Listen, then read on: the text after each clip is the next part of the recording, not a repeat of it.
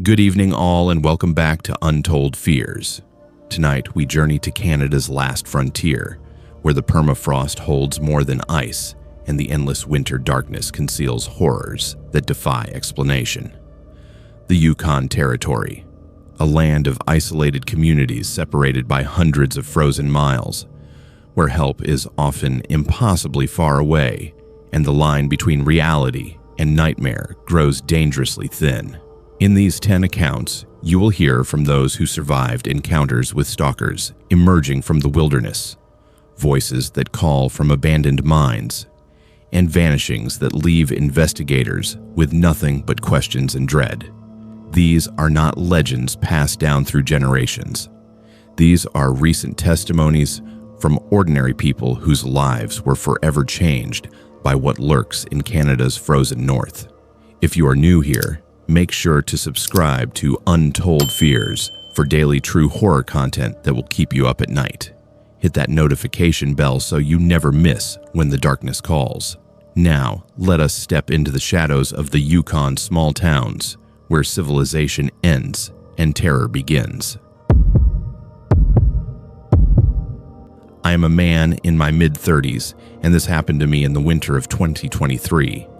And I still get this sick feeling in my stomach whenever I think about how close I came to becoming another unsolved missing person case in the Yukon. It is kind of embarrassing to admit now, but at the time I was so desperate for human connection in that isolated place that I ignored every red flag. I can look back on it now with my wife and talk about how naive I was, but it was absolutely terrifying at the time. It started when I moved to Dawson City for work. I had been hired as a mechanic at a small mining equipment repair shop that serviced the exploration operations scattered throughout the territory. The pay was excellent, and I needed a fresh start after my divorce, so I packed up my truck and made the long drive north. Dawson City is not like anywhere else I have ever lived. The population hovers around 1,300 people, and during the deep winter months, it feels even smaller. The sun barely rises above the horizon, and temperatures regularly drop to minus 40 degrees. Everyone knows everyone, and strangers stand out immediately. I rented a small apartment above one of the old storefronts on Front Street, and I threw myself into my work. The shop specialized in repairing crushers, conveyor systems, and the heavy machinery used in hard rock mining operations. Most of our clients were exploration companies working remote claims, accessible only by winter ice roads. It was hard physical work, but I enjoyed the challenge and the craftsmanship required. The owner, an older man named Frank, ran a tight operation and did not tolerate sloppy repairs. He used to say that out here, equipment failure in the wrong place at the wrong time could mean someone freezing to death waiting for a rescue that might take days. After about 2 months, I started noticing one customer who came in more frequently than others. His name was James, or at least that is what he told me. He was probably in his late 40s, with a weathered face and the kind of beard that men grow when they spend most of their time in the bush. He owned a small placer mining operation about 60 kilometers outside town, and he was always bringing in equipment that needed welding or parts replacement. Unlike most of our clients who dropped off equipment and left, James would hang around the shop and chat while I worked. At first, I found it a bit annoying, but I was so starved for social interaction that I eventually started looking forward to his visits. James seemed friendly enough. He would tell stories about living off the grid, about the wildlife he encountered, about the challenges of mining in permafrost. He asked about my background, about why I had moved north, and I found myself opening up to him more than I probably should have. I told him about my divorce, about wanting to disappear for a while, about how I did not have any family or friends who knew exactly where I was. Looking back now, I realize how dangerous that information was to share, but at the time it just felt good to talk to someone who seemed to understand. One day in late January, James came into the shop and invited me to go ice fishing with him that weekend. He said he knew a great spot on the Yukon River where the burbot were biting, and that I needed to experience a real northern winter activity. I hesitated at first because I had never been ice fishing before, but he insisted it would be fun and that he had all the gear I would need. The idea of getting out of town and doing something other than working and sitting alone in my apartment was appealing, so I agreed. He told me to meet him at the Chevron station on the Klondike Highway at 8 in the morning on Saturday. That Saturday morning was brutally cold. The temperature was minus 38 degrees, and there was ice fog hanging in the air. I almost talked myself out of going, but I did not want to be rude, and I figured James knew what he was doing. He pulled up in his truck right on time, a white Ford with a camper shell on the back. We headed north out of town, and after about 45 minutes, he turned off onto what he said was an old mining road. The snow was deep but packed down, and his truck handled it easily. As we drove further from the highway, I started noticing that he kept glancing at me in a way that made me uncomfortable. He asked me again whether I had told anyone where I was going. I laughed it off and said no, that I did not really know anyone in town yet. He nodded slowly and said that it was good to be careful about who you trusted up here. The comment struck me as odd given that he was essentially a stranger himself, but I pushed the feeling aside. After about an hour of driving deeper into the wilderness, we came upon an abandoned gold dredge sitting frozen in an old creek bed. The massive rusted structure looked like something from another era, and James parked his truck nearby. He said the fishing spot was just a short walk from here, down on the frozen river. I got out of the truck and immediately the cold hit me like a physical force. It was so quiet out there that I could hear the snow creaking under my boots. James went to the back of his truck to get the fishing gear, and I walked over to look at the old dredge. That is when I noticed something that made my blood run cold despite the temperature. Through the rear window of the camper shell, I could see equipment that had nothing to do with fishing. There were zip ties, rolls of duct tape, coils of heavy rope, and what looked like a tarp folded up. There was also a jerry can and some tools that seemed out of place for a fishing trip. My heart started pounding, and my mind raced through everything James had asked me over the past months. He knew I was alone. He knew no one knew where I was. He knew I had no family checking on me. He had specifically confirmed that morning that I had not told anyone about our trip. This was not a fishing trip. This was something else entirely. I forced myself to stay calm and walked back around to where James was pulling gear out of the truck. I needed to act normal while I figured out how to get out of this situation. I asked him casually where exactly the fishing spot was, and he pointed down toward the river, which I could barely see through the trees. He said it was about a 10-minute walk through the bush. There was no trail, no one around for dozens of kilometers, and temperatures that would kill me in hours if I ran without proper preparation. I pretended to adjust my boot and pulled out my phone, praying I had some kind of signal.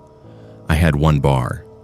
I made a show of checking something on my phone and then said loudly, so James could hear, that I needed to update my location sharing with my coworker Frank because he got worried if I did not check in every few hours since that incident last month. There had been no incident, and I had never shared my location with Frank. But James did not know that. I watched his face carefully. His friendly expression shifted slightly, and his eyes narrowed. He asked what kind of incident, and I made up a story about getting stuck on a back road and Frank having to come pull me out. I said Frank insisted I use that phone tracking feature whenever I went out of town now, and that he would call the RCMP if I did not update it regularly. I added that it was annoying, but Frank was paranoid after some prospector went missing last year and was not found for 3 weeks. The change in James was immediate and unsettling. He became very quiet and started putting the gear back into his truck. He said that actually he had forgotten he had something he needed to take care of back at his claim, and maybe we should reschedule the fishing trip. His hands were shaking slightly as he closed the camper shell, and he would not make eye contact with me anymore. The drive back to town was the longest hour of my life. Neither of us spoke. James drove faster than he had on the way out, and I kept my hand in my pocket gripping my phone the entire time. I had texted Frank from the truck, just a simple message asking if he was around, anything to create a digital trail. When we finally reached the Chevron station, I thanked James for his time and got into my truck as quickly as I could without running. He drove off toward the north without saying goodbye. I went straight to the RCMP detachment in Dawson City and told them everything. The officer I spoke with took my statement seriously and said they would look into it. He mentioned that James was not unknown to them and that he had been questioned years ago in connection with a missing person case that was never solved. The person had disappeared after telling coworkers they were going ice fishing with someone, but no one had ever been able to prove James was involved. The RCMP tried to locate James over the following weeks, but he had vanished. His truck was eventually found abandoned near the Alaska border, and his mining claim was deserted. They searched the area where he had taken me, but found nothing conclusive. To this day, I do not know what James had planned for me that day, but I am absolutely certain that if I had not seen that equipment in his truck and invented that story about location tracking, I would not have made it back to Dawson City. I finished out my contract at the shop, but I could not stay in Dawson after that. Every truck that pulled up made me nervous, and I kept wondering if James would come back. I moved back south that spring and eventually met my wife, who knows the whole story. She says I was smart to trust my instincts, but I know it was mostly luck. The Yukon is a beautiful place, but it is also a place where people can disappear without a trace, and where help is often too far away to matter. I think about that often, especially when I hear about another missing person case from up north. I wonder how many of those people met someone like James, and I wonder how many others are still out there, waiting in the frozen wilderness for their next opportunity. I am a woman in my late 20s, and this happened to me last summer in 2024, and it still terrifies me to the point where I have trouble sleeping through the night. I know how insane this sounds, and I have tried to rationalize it 1,000 different ways, but there is no logical explanation for what happened to me in Mayo. I am a researcher by training, and I approach everything with skepticism, but what I experienced in the Yukon has shaken my understanding of reality. I can talk about it now, but only because I am hundreds of kilometers away and I refuse to ever go back. It started when I received a grant to document oral histories from indigenous elders in central Yukon. I had been working on my graduate research focused on traditional knowledge systems and language preservation, and this opportunity to spend a month in Mayo conducting interviews seemed perfect for my thesis. Mayo is a small village of about 200 people located along the Stewart River, originally established during the silver mining boom of the early 1900s. It serves as the service center for the area, with most of the population being members of the Na-Cha-O-Nyak-Dun First Nation. The landscape around Mayo is stunning but harsh, with endless boreal forest, countless abandoned mines, and a sense of isolation that is difficult to describe unless you have experienced it. I arrived in early July when the days were incredibly long and the sun barely set. The light at that time of year is strange, creating this perpetual twilight that messes with your sense of time. I had arranged to rent a small cabin about 5 kilometers outside the village, down an old access road that led toward the McIntyre Creek area. The cabin belonged to someone who used it as a hunting camp, and they were happy to have someone staying there and keeping an eye on the place. It was basic but comfortable, with a wood stove, a generator for electricity, and a well for water. The nearest neighbor was over 2 kilometers away. The first few days were wonderful. I spent my time in the village meeting with elders and arranging interview sessions.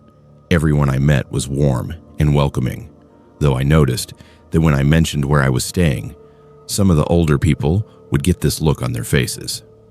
One elder woman named Margaret asked me very directly whether I had been to the old mine workings near the cabin. I told her I had seen them from a distance but had not explored them. She told me firmly that I should stay away from there, especially at night. When I asked why, she said that place had taken people and that the ground there was not right. She would not elaborate further, and I assumed she was referring to safety concerns about unstable tunnels or environmental contamination. The strange experiences began on my fourth night in the cabin. I had spent the day transcribing interviews, and I went to bed around midnight, which still felt early because of the lingering twilight. I fell asleep, easily enough, but sometime in the night I woke up suddenly with the overwhelming sense that someone was singing.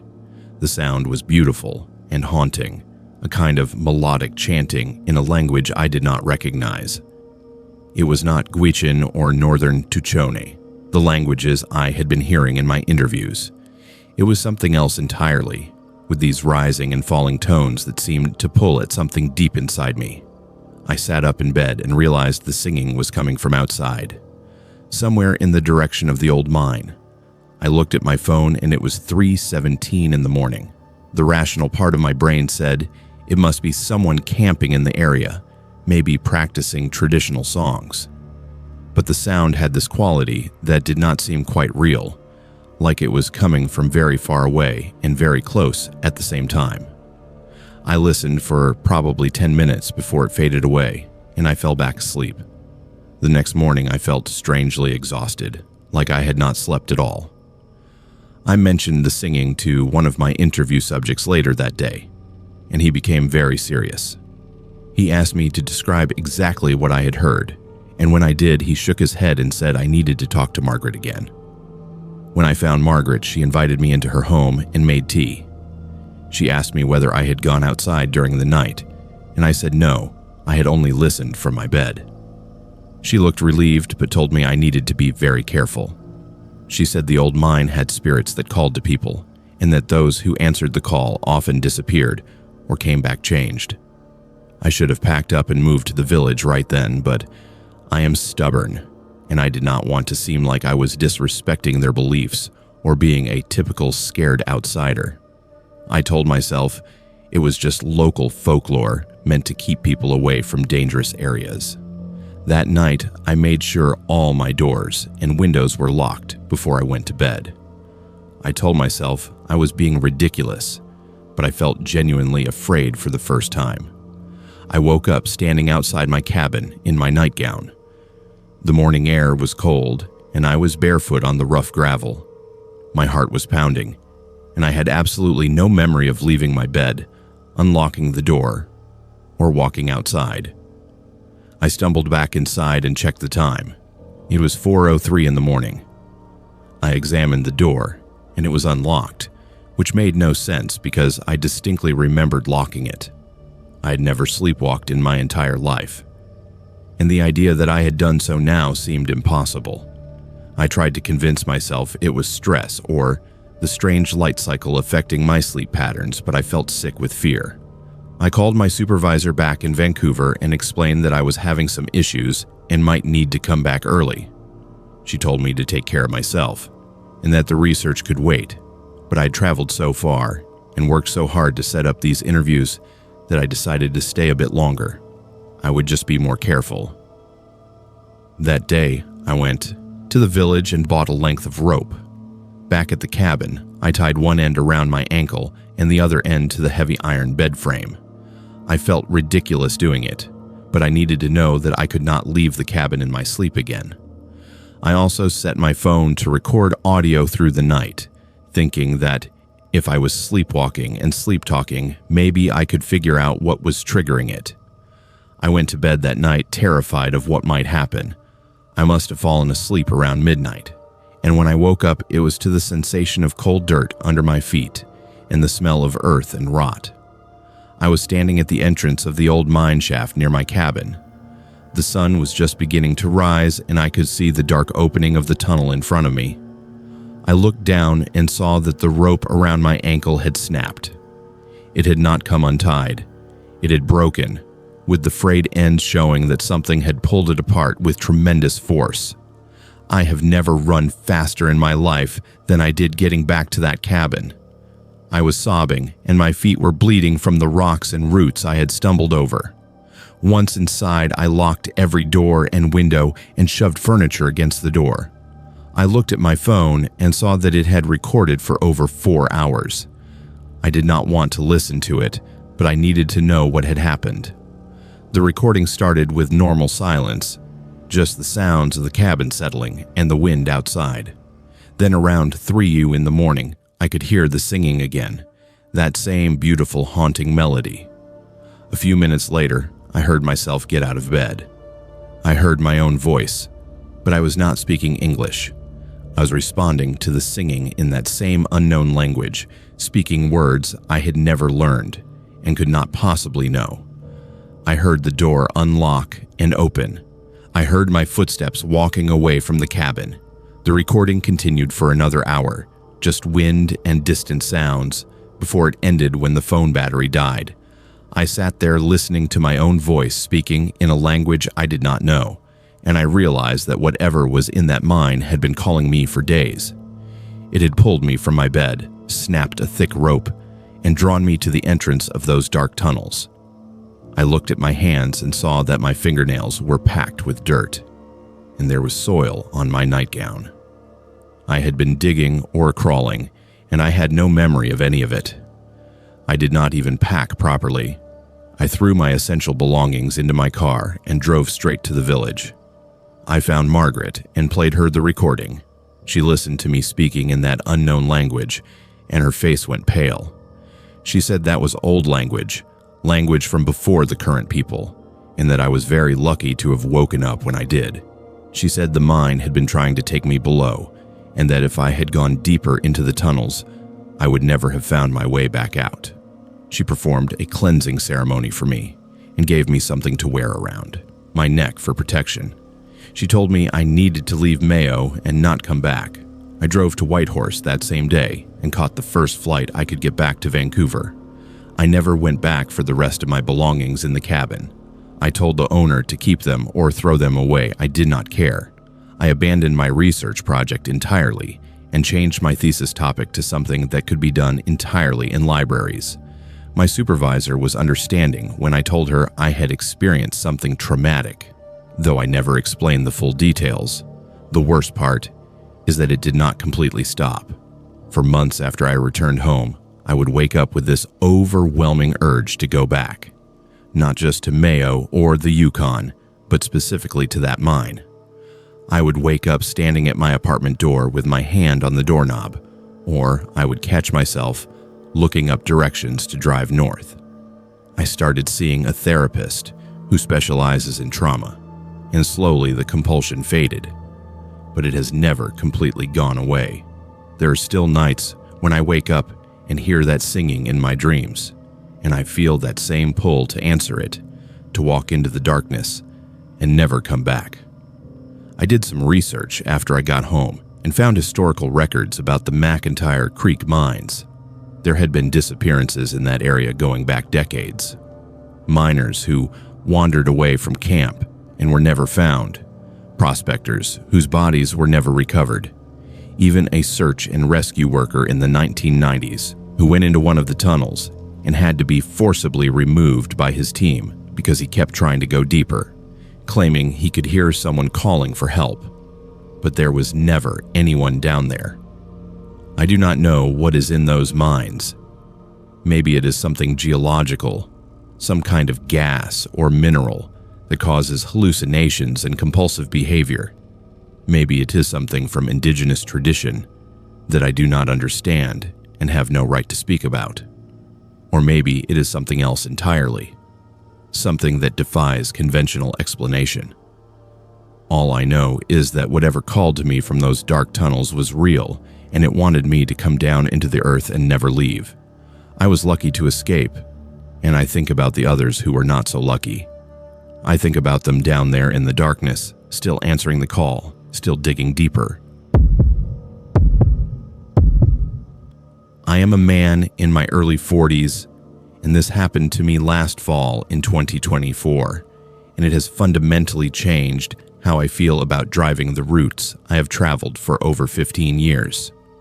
I know how this sounds, and I have debated whether to share this at all, but after talking to other truckers who drive the same stretches of highway, I learned that I am far from the only person who has experienced this. It is still deeply unsettling to think about, and there are certain sections of road I now refuse to drive at night no matter how much the company offers to pay me. I am a long-haul trucker, and I have been driving routes between Whitehorse and the Alaska border for the past 16 years. The Klondike Highway is my regular run, a stretch of road that covers over 700 kilometers through some of the most isolated territory in North America. During the summer months, the highway is busy with tourists heading to Dawson City and into Alaska, but in the fall and winter, it can be hours between vehicles. The landscape is stunning but unforgiving, with dense boreal forest, frozen rivers, and mountains that seem to go on forever. Cell phone coverage is spotty at best, and if you break down in the wrong place during winter, you could be in serious trouble before help arrives. I have always enjoyed the solitude of these drives. There is something meditative about the endless road, the rhythm of the kilometers passing, the northern lights dancing overhead on clear nights. I've seen wolves, caribou, grizzly bears, and moose.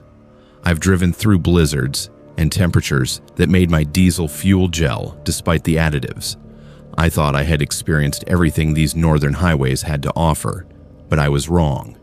It happened on a run in late October. I was heading north from Whitehorse toward Dawson City with a load of supplies for one of the mining operations. I had left around 6 in the evening, planning to make it to Dawson by early morning. The sun had set hours earlier and the highway was empty. The temperature had dropped to around -15, and there was fresh snow on the road, nothing I could not handle but enough to keep my speed down and my attention focused. I was about 40 kilometers past Carmax, which is a small village roughly halfway between Whitehorse and Dawson, when I saw her standing on the side of the highway. At first, I thought my eyes were playing tricks on me because it made no sense for anyone to be out there on foot. But as my headlights got closer, I could clearly see a young woman with her thumb out, hitchhiking. She was wearing what looked like a long wool coat and a knit hat, and she was not moving around or stamping her feet the way someone would if they were trying to stay warm in that cold. Now, I generally do not pick up hitchhikers. It is against company policy, and frankly, it is dangerous for both parties these days. But out there in the middle of nowhere, with temperatures that could kill someone in a couple of hours, I could not just drive past her. I pulled over, and she walked up to the passenger side of the cab. I rolled down the window and asked if she needed help, if her vehicle had broken down somewhere nearby. She did not say anything, just opened the door and climbed up into the cab. The first thing I noticed was the smell. It was not unpleasant exactly, but it was distinct. Wood smoke, very strong, like she had been standing next to a campfire for hours. The second thing I noticed was her clothing. The coat she wore looked handmade, and the style seemed old-fashioned somehow. But what really struck me was her expression. She just stared straight ahead through the windshield, completely blank, like she was not really seeing anything. I asked her where she was heading and whether she was okay. No response. I asked if she had been in an accident or if someone else needed help. Nothing. She just sat there staring forward, with her hands folded in her lap. I could see now that her skin was very pale, and there was something off about the way the shadows fell on her face, like the interior lights of the cab were not quite reaching her properly. I felt a chill run down my spine that had nothing to do with the temperature outside. I told her I was heading to Dawson and that I could take her as far as Pelly Crossing or wherever she needed to go. She did not acknowledge me at all. I thought maybe she was in shock from exposure or trauma, so I cranked up the heat and got the truck back on the road. I figured once we got to Pelly Crossing, I could get her to the nursing station and let them deal with whatever was going on. The drive was incredibly uncomfortable. She never moved, never blinked that I could see, just stared ahead with that blank expression. I tried making small talk about the weather and the route, anything to fill the oppressive silence, but she gave no indication she could even hear me. The smell of wood smoke got stronger as we drove, filling the entire cab. I cracked my window, despite the cold, just to get some fresh air circulating. About 30 minutes down the road, I needed to check something in my logbook. I took my eyes off the road for maybe 5 seconds to glance at the paperwork on my clipboard. When I looked up, I instinctively glanced over at the passenger seat to make sure she was still okay. The seat was empty, completely empty. The door had never opened. I'd not heard anything. She had simply vanished. I slammed on the brakes and the truck skidded to a stop on the snowy highway. My heart was pounding and I could not process what had just happened. I turned on the interior lights and checked the entire cab. No one was there. The passenger door was still locked from the inside, exactly as it had been since she got in. There were no footprints in the frost that had formed on the outside of the windows. The only evidence she had been there at all was the lingering smell of wood smoke and a slight dampness on the passenger seat, like snow had melted there. I sat there for probably 20 minutes trying to rationalize what had happened. Maybe I had been more tired than I thought. Maybe I had hallucinated the whole thing due to fatigue or carbon monoxide somehow getting into the cab. But the smell was real, and the wet seat was real, and I knew with absolute certainty that I had picked someone up. I eventually got the truck moving again, but I kept glancing at the passenger seat every few seconds, half expecting her to reappear. When I got to Pelly Crossing about an hour later, I stopped at the gas station and went inside. I must have looked pretty shaken because the woman working there asked if I was all right. I told her what had happened, expecting her to look at me like I was crazy. Instead, her expression became very serious, and she asked me to describe the woman. When I told her about the old-fashioned coat and the blank stare and the smell of wood smoke, she nodded slowly.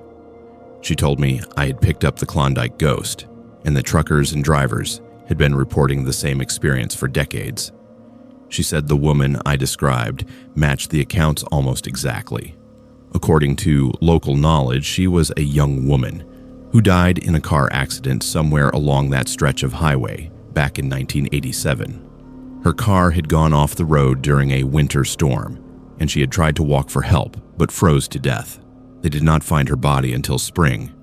Ever since then, drivers report picking her up on cold nights, and she always vanishes without a trace before reaching Pelly Crossing.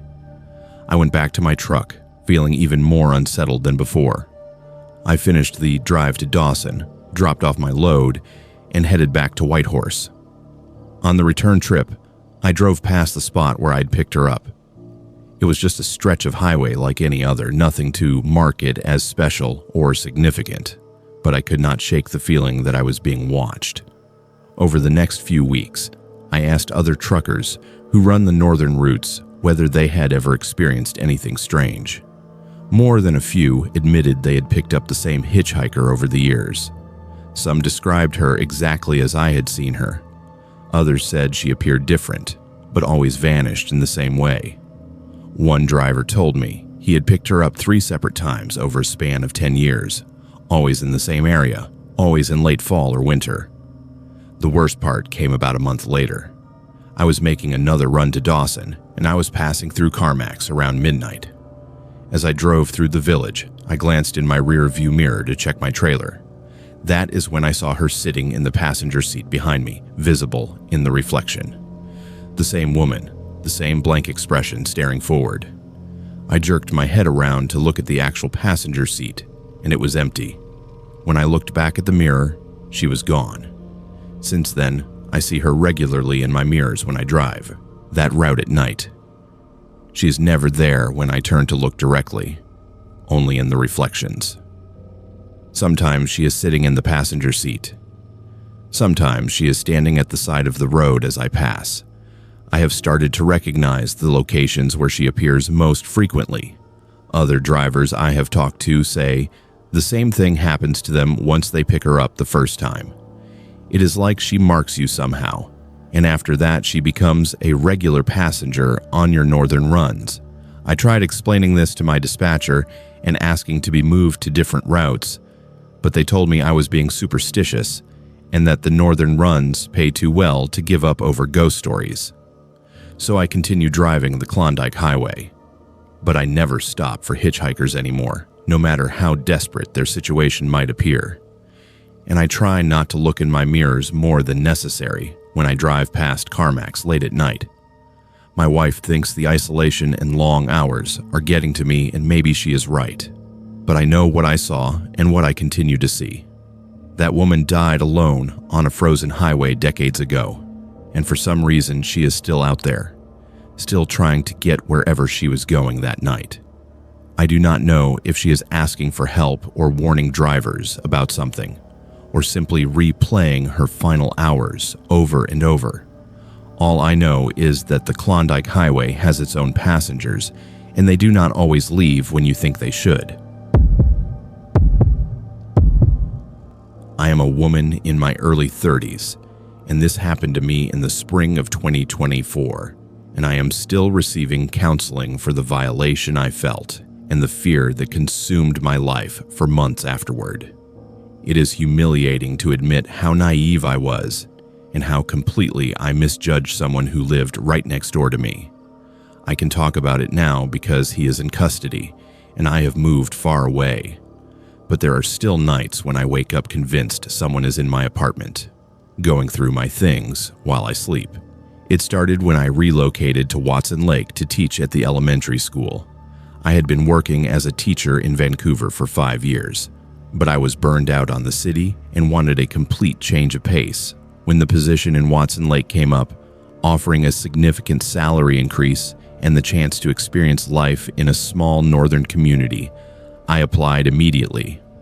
Watson Lake is a town of about 200 people, located at the junction of the Alaska Highway and the Robert Campbell Highway in southeastern Yukon. It is known for the signpost forest, where travelers have been posting signs from their hometown since 1942, and for being the gateway community to the territory. I arrived in early March when there was still deep snow on the ground and temperatures hovering around -20. The school arranged housing for me in a duplex on the edge of town.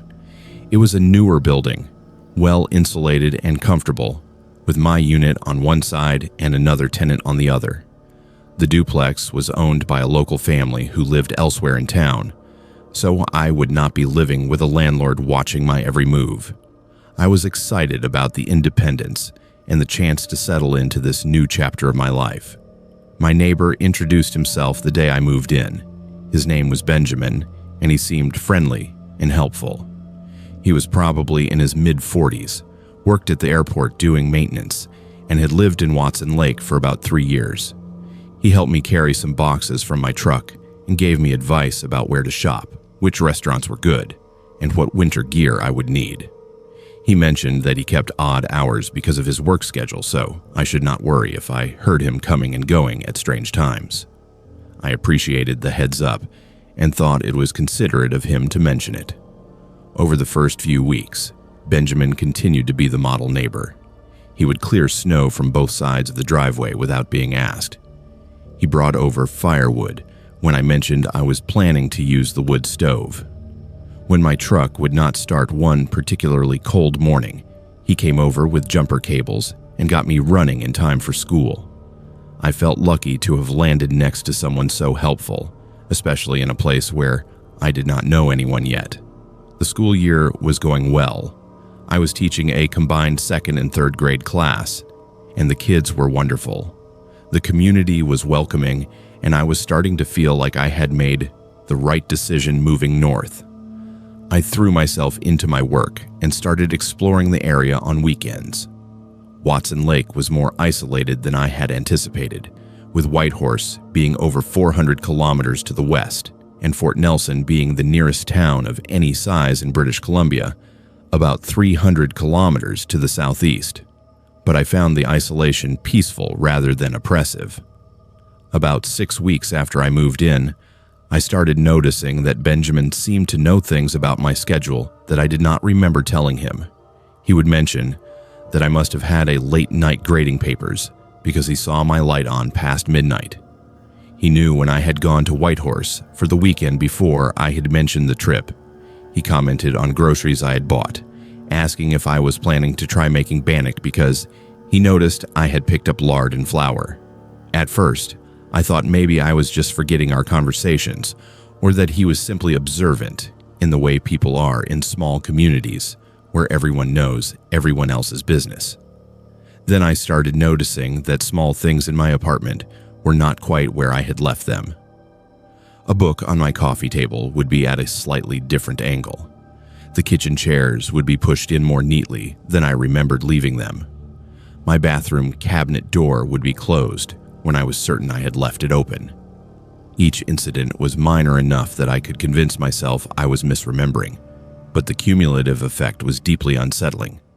I began to feel watched, even when I was alone in my apartment. The breaking point came when I could not find my spare key. I kept a spare on a hook inside my coat closet, hidden behind some jackets. I had checked on it a week earlier, and it had been there. But when I went to look for it one evening, it was gone. I tore apart the closet and searched the entire apartment but could not find it anywhere. I felt a wave of panic wash over me. If someone had taken my spare key, they could enter my apartment whenever they wanted. I decided to test my suspicion in a way that would give me concrete evidence. I set up my phone on a shelf in my living room, positioned to record the front door and the main living area. I made sure it was plugged in so it would not run out of battery, and I set it to record video. Then I went to school as usual. I deliberately mentioned to Benjamin that morning that I had parent-teacher conferences that evening and would not be home until after 6. When I got home that evening, my hands were shaking as I retrieved my phone and reviewed the footage. At first, there was nothing, just my empty apartment and the afternoon light fading through the windows. Then at 4:47, I watched my front door unlock and open. Benjamin walked into my apartment as casually as if it were his own. He looked around slowly, walked through my living room, and went into my bedroom. I could not see what he was doing in there because the camera angle did not reach that far, but he was in there for almost 10 minutes. When he came back to the living room, he opened my desk drawer and went through some of my papers. He picked up framed photos I had on my bookshelf and examined them closely. He opened my laptop, but it must have been password protected because he closed it after a moment. Then he sat on my couch for several minutes, just looking around my apartment like he was memorizing every detail. Before he left, he walked over to the shelf where my phone was recording, and for one terrible moment, I thought he had spotted the camera. But he was looking at the books on the shelf, running his fingers along their spines. Then he left, locking the door behind him. I felt physically sick watching the video. This man I had trusted, who had been so helpful and friendly, had been entering my home without permission and going through my most private spaces. I had no idea how many times he had done this, or what he had been looking for or taking. The violation was overwhelming, and I started crying right there on my couch, but I knew I needed to act quickly before he realized I was onto him. I called the RCMP detachment immediately and explained what had happened. 2 officers came to my apartment within the hour, and I showed them the video. They took my statement and said they would confront Benjamin, but that I should pack a bag and stay elsewhere for the night in case the situation escalated. I went to stay with another teacher from the school who had become a friend, and I barely slept that night. The next morning, the RCMP told me they had searched Benjamin's apartment and found things that made my blood run cold. He had created a shrine to me in one of his closets. There were dozens of photographs of me that he had taken without my knowledge, printed out, and pinned to the walls. There were items he had stolen from my apartment over the months, personal things like a hair tie, a coffee mug I had thought I lost, even a t-shirt I slept in.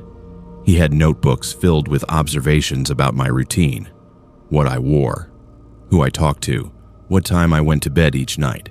The RCMP also discovered that this was not his first offense. Benjamin had been fired from a previous job in Fort St. John, British Columbia, for stalking a female coworker.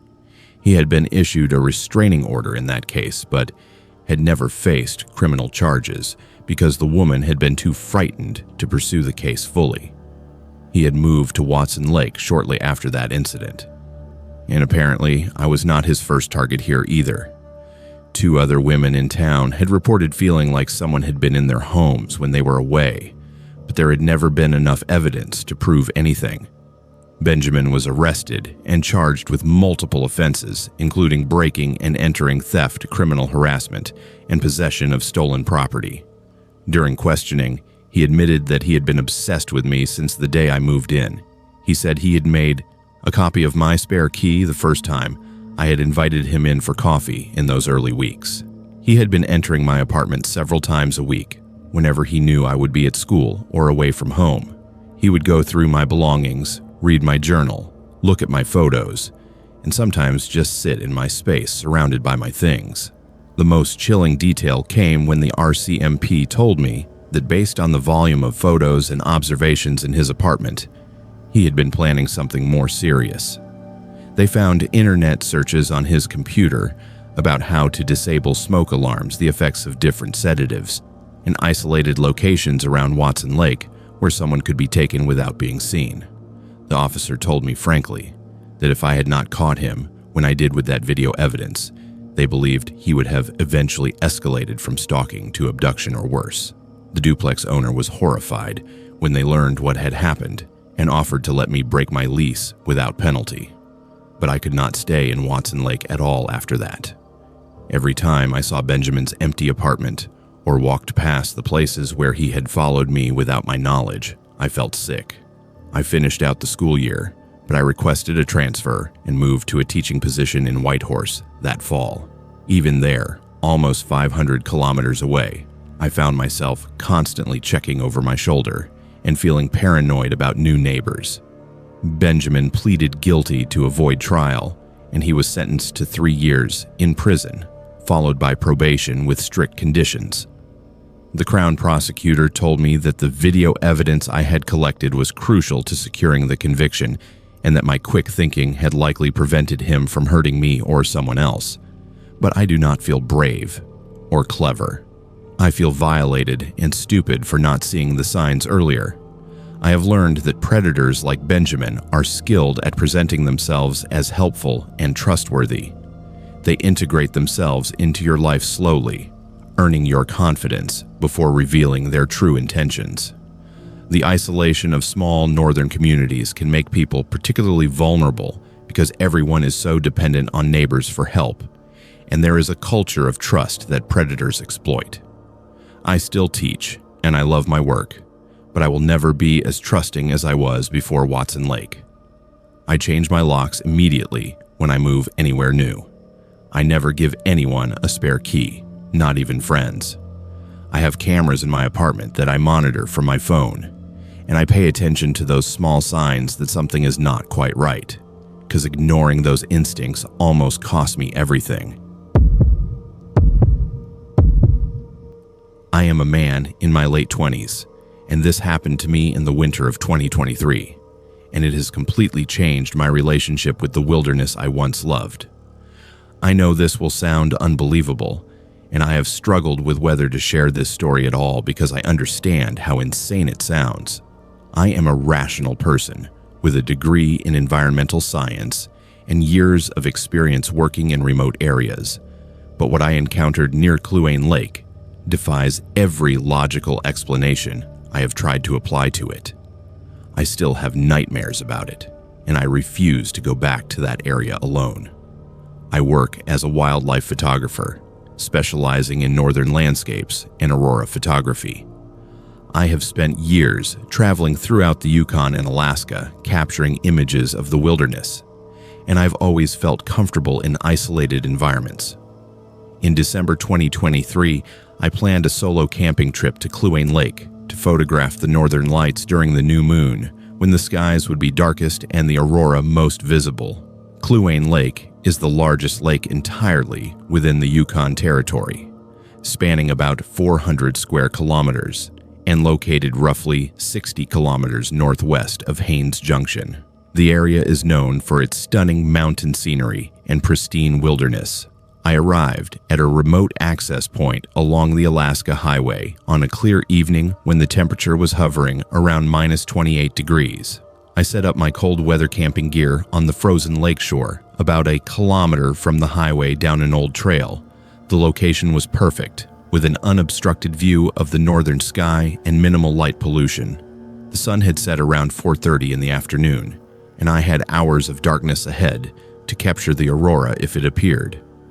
By 8 in the evening, the northern lights began their display. Ribbons of green and purple light danced across the sky, undulating and shifting in patterns that never ceased to amaze me, no matter how many times I witnessed them. I set up my camera equipment and began shooting long exposures, periodically checking my shots and adjusting my settings. The silence out there was absolute except for the occasional crack of ice on the lake settling in the cold. I was in my element, completely focused on my work. Around 10:30, I took a break to warm my hands and have some hot coffee from my thermos. I happened to glance out across the frozen lake, and I noticed something that had not been there before. About 300 meters out on the ice, there was a dark figure standing completely motionless. My first thought was that another photographer had arrived and set up out on the lake for a different perspective. But something about the shape seemed wrong. The figure was too tall and too narrow, and it was not wearing any visible winter gear that I could make out despite the extreme cold. I grabbed my telephoto lens and aimed it at the figure to get a better look. What I saw through the viewfinder made my stomach drop. It was humanoid in shape, but the proportions were incorrect. The limbs were too long for the torso, and the head seemed too small. It was standing in a position that looked uncomfortable, with its arms hanging at odd angles and its legs slightly bent. But the most disturbing aspect was that it appeared to be covered in frost or ice, like it had been out there for days in the elements. Yet it was clearly standing upright and appeared to be facing my direction. I lowered my camera and looked with my naked eyes, and the figure was still there in the same position. I told myself it must be a stump or some kind of ice formation that I was misinterpreting in the darkness, but I knew the lake surface. I had studied this area in daylight before making camp, and there had been nothing out there. The ice was relatively smooth and clear of obstacles. I decided to keep an eye on it while I continued photographing the aurora. For the next hour, I would glance out at the figure periodically, and it had not moved at all, not even a slight shift in position. No human being could stand motionless in minus 28-degree weather for over an hour. I began to feel deeply uneasy, but I tried to focus on my work and ignore it. Then around midnight, I looked out again and felt my blood turn cold. The figure had moved. It was no longer 300 meters away. It was now approximately 150 meters from my camp, standing in a new location on the ice.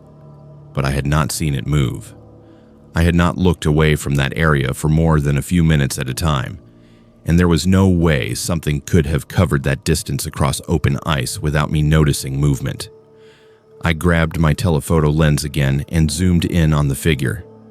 Through the lens, I could see details that terrified me. The figure was definitely humanoid, but it was not human. Its surface appeared to be solid ice, like a person who had been frozen solid, but was somehow still standing. The face, if it could be called that, had rough indentations where eyes and a mouth might be, but no clear features. Frost crystals covered its entire form, glittering in the ambient light from my camp and the aurora overhead. I put down my camera and made a decision. I needed to leave immediately.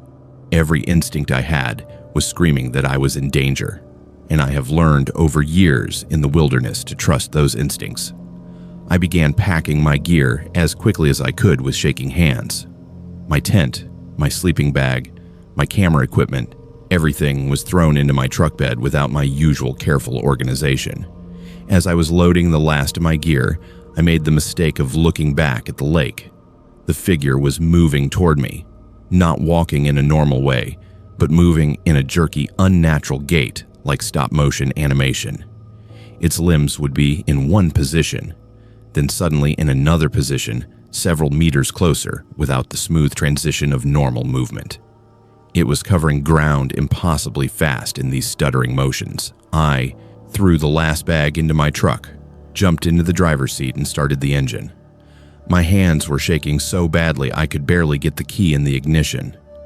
The truck was cold, and the engine turned over sluggishly, but it started. I put it in gear and began driving up the trail toward the highway, my headlights illuminating the narrow path through the snow. That is when I saw it in the middle of the trail ahead of me. The figure was now standing directly in my path, about 30 meters in front of my truck. It had somehow gotten ahead of me, though there was no possible way it could have covered that distance from where it had been on the lake. I could see it clearly in my headlights now. It was over 7 feet tall with limbs that looked too thin to support its weight. Its entire form was crystalline ice, and frost vapor was rising off its surface despite the frigid temperature. I did not hesitate. I pressed the accelerator and drove straight toward it, expecting to either pass through some kind of optical illusion or hit whatever this thing actually was. As my truck got within a few meters, the figure moved aside in that same jerky, unnatural motion, and I drove past it. I looked in my rearview mirror and saw it standing in the middle of the trail behind me, turning its head to follow my truck. The movement of its head was too smooth, rotating further than a human neck could turn. I drove as fast as I dared on that narrow trail and did not slow down until I reached the Alaska Highway. Once on the main road, I drove straight to Haines Junction and pulled into the parking lot of the first building I saw that had lights on. I sat there in my truck with the engine running and the heat blasting, trying to process what had just happened. My hands were still shaking, and I felt nauseated with fear. The next morning, I went to the Parks Canada office in Haines Junction and asked about the area where I had been camping. I did not tell them the full story, just that I had seen something unusual and wanted to know if there were any local legends or historical accounts of strange sightings near Kluane Lake. The ranger I spoke with became very serious and asked me to describe what I had seen. When I did, she nodded slowly and told me I was not the first person to report seeing what locals call the Frozen Man, or the Ice Walker. She explained that there have been sightings going back to the 1940s of a humanoid figure covered in ice that appears on Kluane Lake during the coldest parts of winter. Multiple witnesses over the decades have described the same characteristics: the unnatural proportions, the jerky movement, the appearance of being made from solid ice. Some indigenous elders from the area say it is a spirit of the lake that manifests during the deep cold, and that it is drawn to people who are alone on the ice at night. No one has ever been harmed directly, but several people who encountered it have disappeared in the area under unclear circumstances. The ranger told me that Parks Canada does not officially acknowledge these reports, but staff members are aware of them, and they try to discourage solo winter camping in that specific area without being too explicit about why. She said I was smart to leave when I did, and that I should consider myself fortunate. She also asked me to keep quiet about the experience because they do not want to create panic or attract people who might seek out the entity deliberately. I spent hours online researching similar phenomena and found scattered accounts from around the world of entities described as ice beings or frozen humanoids in extremely cold regions, but nothing I found provided a satisfactory explanation for what I encountered. I have tried to rationalize it as some kind of hallucination brought on by the cold or altitude, but I know what I saw was real. My camera equipment recorded time-stamped photos that show gaps where I stopped photographing to pack and flee, which matches my memory of the timeline. I have continued my photography work, but I no longer do solo trips in isolated winter locations. I always bring a partner now, and I refuse all assignments near Kluane Lake during winter. Other photographers I have shared the story with have told me they have felt watched or uneasy in that area, but never saw anything concrete. One told me he once found humanoid tracks on the ice that were too large to be human and appeared to have no clear beginning or end, like whatever made them had materialized on the ice and then vanished. I do not know what I encountered that night on Kluane Lake. Whether it was some unknown creature, a supernatural entity, or something else entirely, I cannot say. But I know it was real, and I know it was aware of me. The way it moved closer, the way it positioned itself in my path, the way it turned its head to watch me drive away. It was not random or natural. It was deliberate and intelligent, and that terrifies me more than anything else. The wilderness I once saw as beautiful and peaceful now feels like it holds things we were never meant to encounter, and I will never feel completely safe in it again.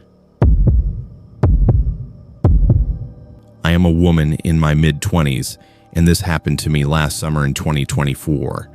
and it has left me with questions that will never be answered, and a terror of going underground that I cannot shake.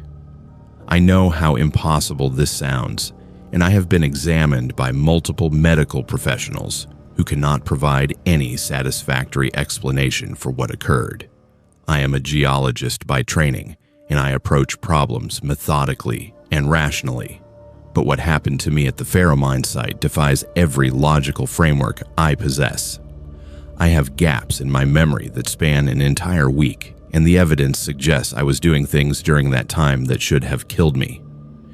It started when I was hired by an environmental consulting firm to conduct a site survey at the abandoned Faro mine. For those unfamiliar, the Faro mine is located approximately 380 kilometers northeast of Whitehorse and was once the largest open-pit lead zinc mine in the world. It closed in 1998 and is now the site of one of the most complex mine remediation projects in Canada. The site has a 25 square kilometer footprint with 70 million tons of tailings and 320 million tons of waste rock that continue to produce acid drainage. My job was to survey specific areas of the underground workings to assess structural stability and contamination levels for the ongoing remediation planning. I arrived in the town of Faro on a Sunday evening in early July.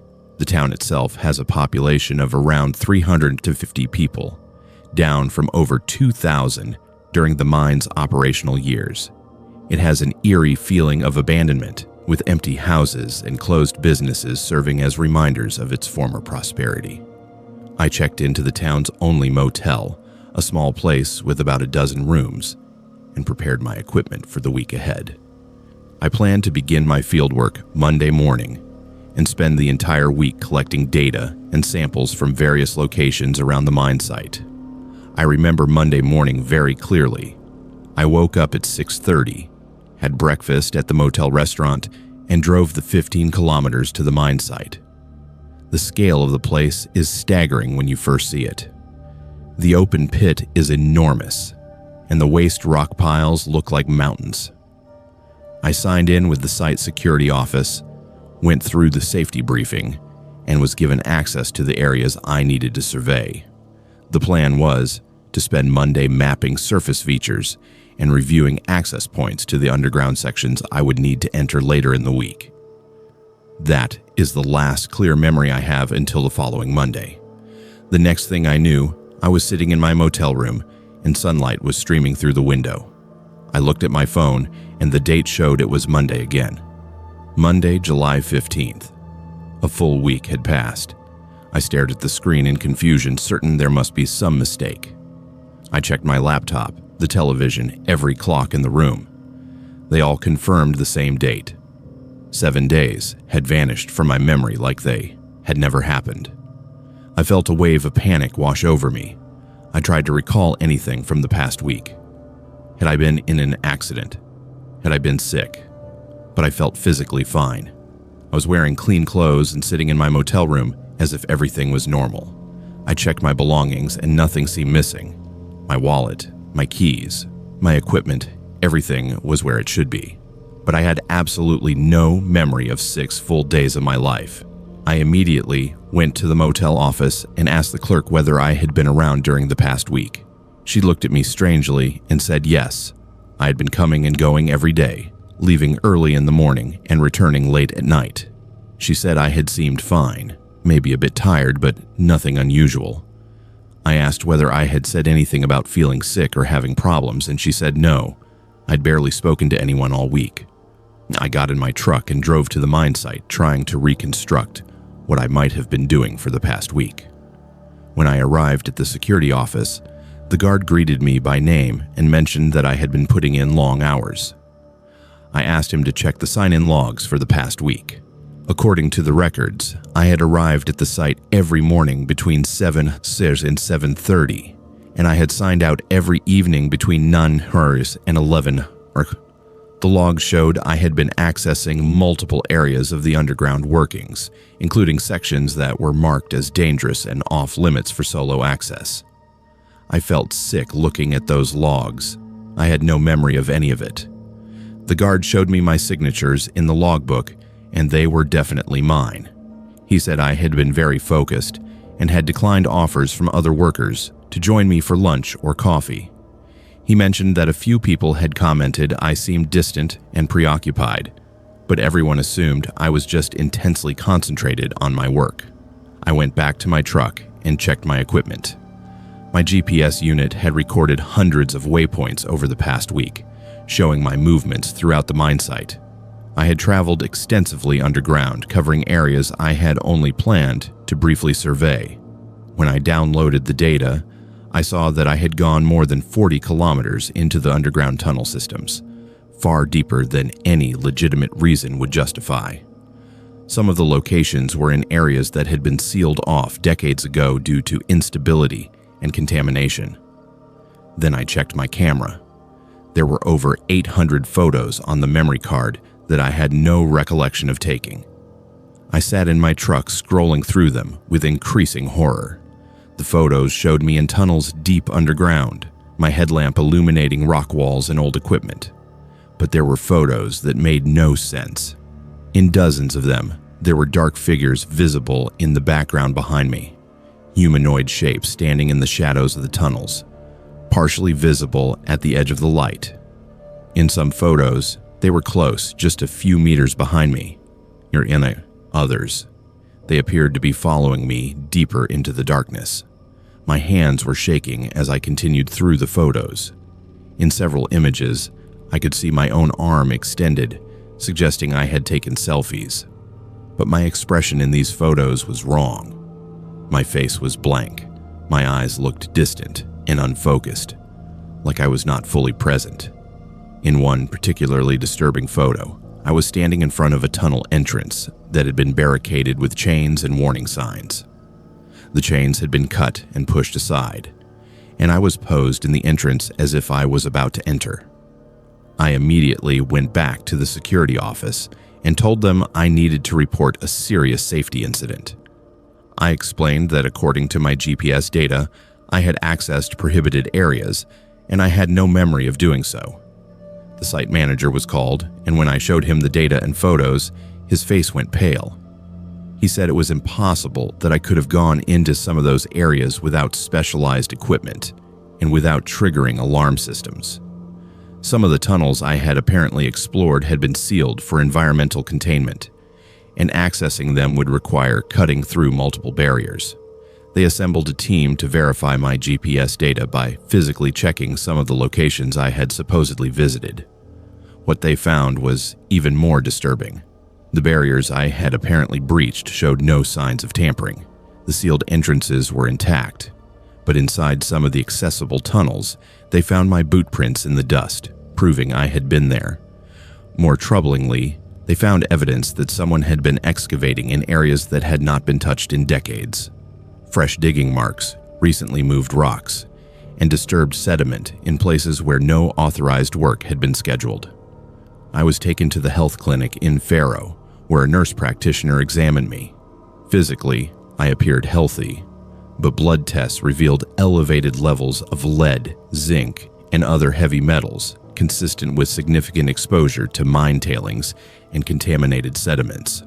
My hands and fingernails were packed with dirt, despite the fact that I had showered that morning, suggesting I had been handling contaminated materials extensively. I also showed signs of mild hypothermia, which made no sense given the warm summer weather.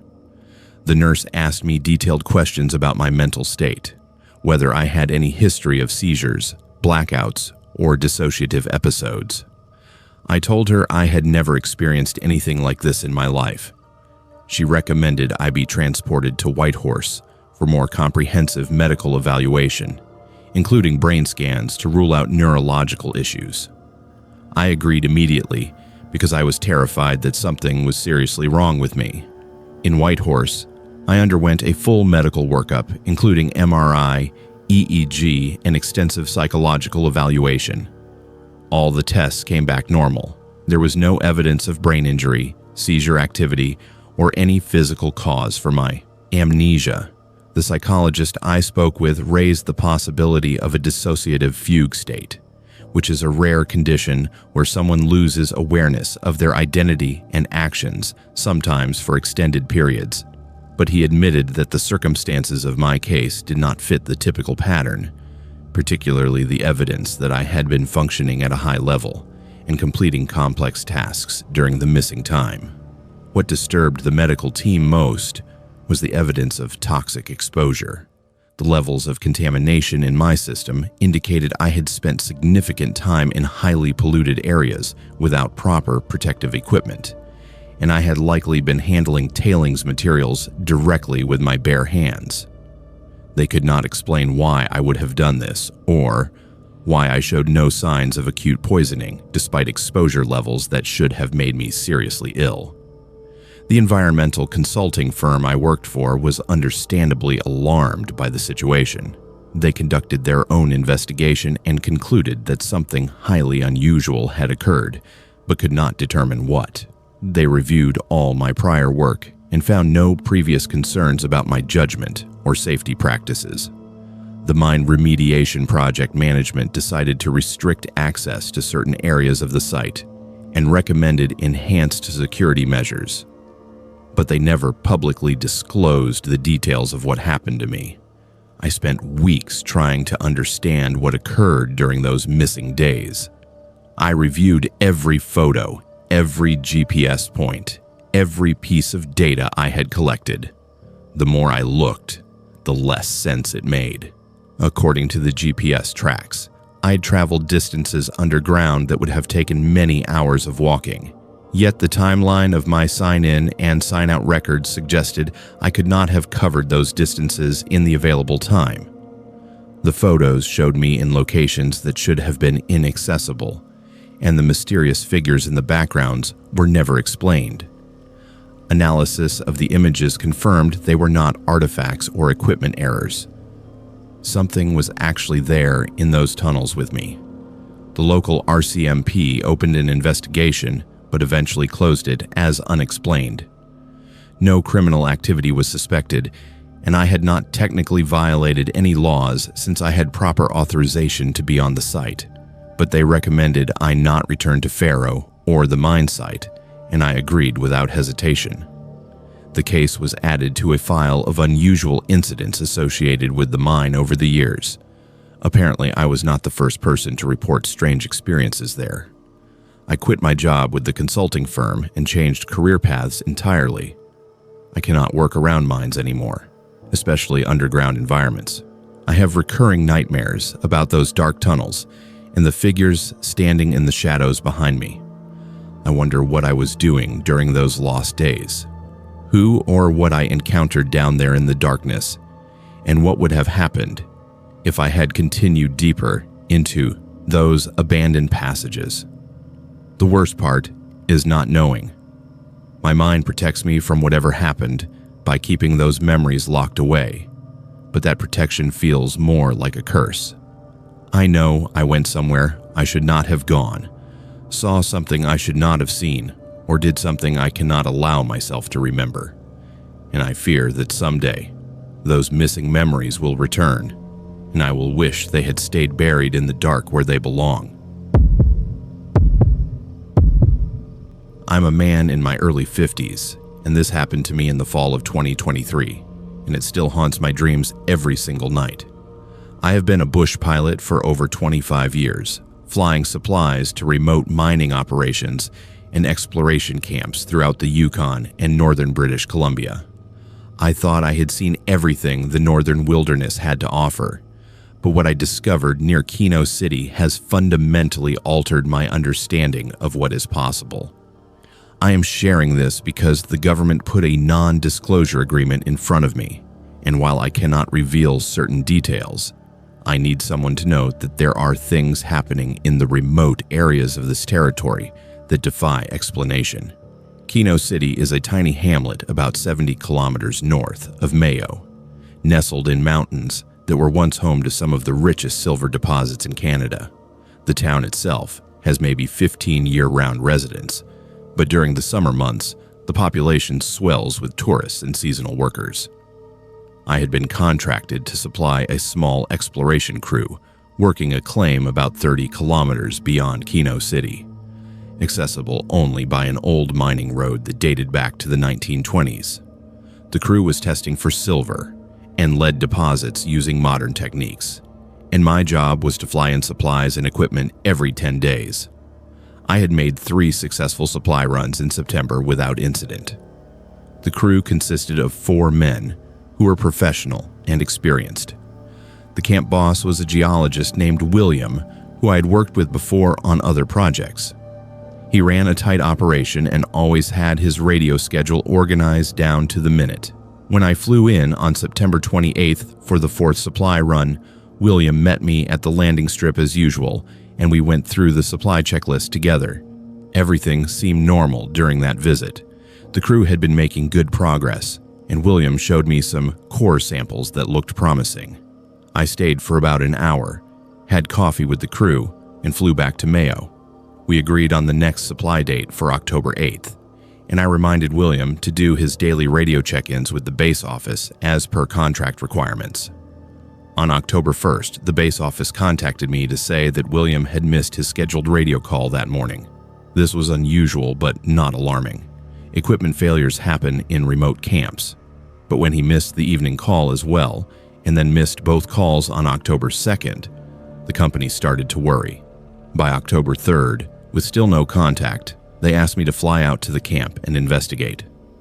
I took off from Mayo early on the morning of October 4th. The weather was clear and cold, with fresh snow dusting the mountains. The flight took about 45 minutes, and as I approached the camp location, everything looked normal from the air. I could see the tents, the equipment, the trucks. No signs of fire or obvious disaster. I landed on the strip and immediately noticed how quiet it was. No one came out to meet me, which was completely out of character. I walked toward the camp, calling out for William and the crew. When I reached the main tent where they took their meals, I found food still laid out on the table. Plates with half-eaten breakfasts, cups of coffee that had long gone cold. It looked like everyone had simply stood up mid-meal and walked away. I checked the sleeping tents and found sleeping bags and personal belongings undisturbed. Wallets, phones, even medications were still there. No one packs up and leaves without those items. I searched the entire camp area and found no signs of struggle, no blood, no evidence of an accident or attack. The equipment was all operational. The generator was running. The radio was functioning perfectly when I tested it. But 4 grown men had vanished without a trace. Then I found the trail camera. William had mentioned during my last visit that they had set up a wildlife camera on a tree near camp to document any bears or other animals that might be approaching. I located the camera and pulled the memory card. Back at the main tent, I loaded the images onto my laptop. What I saw on that screen made my blood run cold. The camera had captured the crew leaving camp on the night of October 1st at approximately 2:47 in the morning. All 4 men were walking single file away from camp into the forest, heading northwest toward the old mine workings. But the way they were moving was wrong. They were walking in perfect synchronization like a drill formation. Their arms swung at identical angles, their steps matched perfectly, and their heads were held at the same rigid position. It looked choreographed, but there was no reason for it. More disturbing was the footage from a few minutes earlier. The camera had captured all 4 men emerging from their tents at the exact same moment, at 2:43 in the morning. They moved to the center of camp, formed a line, and began walking. Not a single one looked around. Not a single one spoke or gestured. They just walked into the forest like they were being marched by an invisible force. I played through the rest of the footage. The camera continued recording until its battery died around noon on October 2nd, but no one had returned to camp. I grabbed the camera, locked my plane, and decided to follow the direction the men had walked. I brought my satellite phone, my GPS, my survival kit, and the pistol I carry for bear protection. The forest floor was covered in fresh snow, but I could still make out a trail where vegetation had been disturbed. The path led northwest, through dense spruce and pine, gradually climbing toward a ridgeline where I knew old mine shafts were located. As I walked, I started finding personal items scattered along the trail. First a jacket, then a boot, then a watch. The items were spaced progressively farther apart, like the men had been shedding their belongings as they walked deeper into the wilderness. About 2 kilometers from camp, I found William's radio. It was lying in the middle of the trail, smashed, as if someone had thrown it down with force.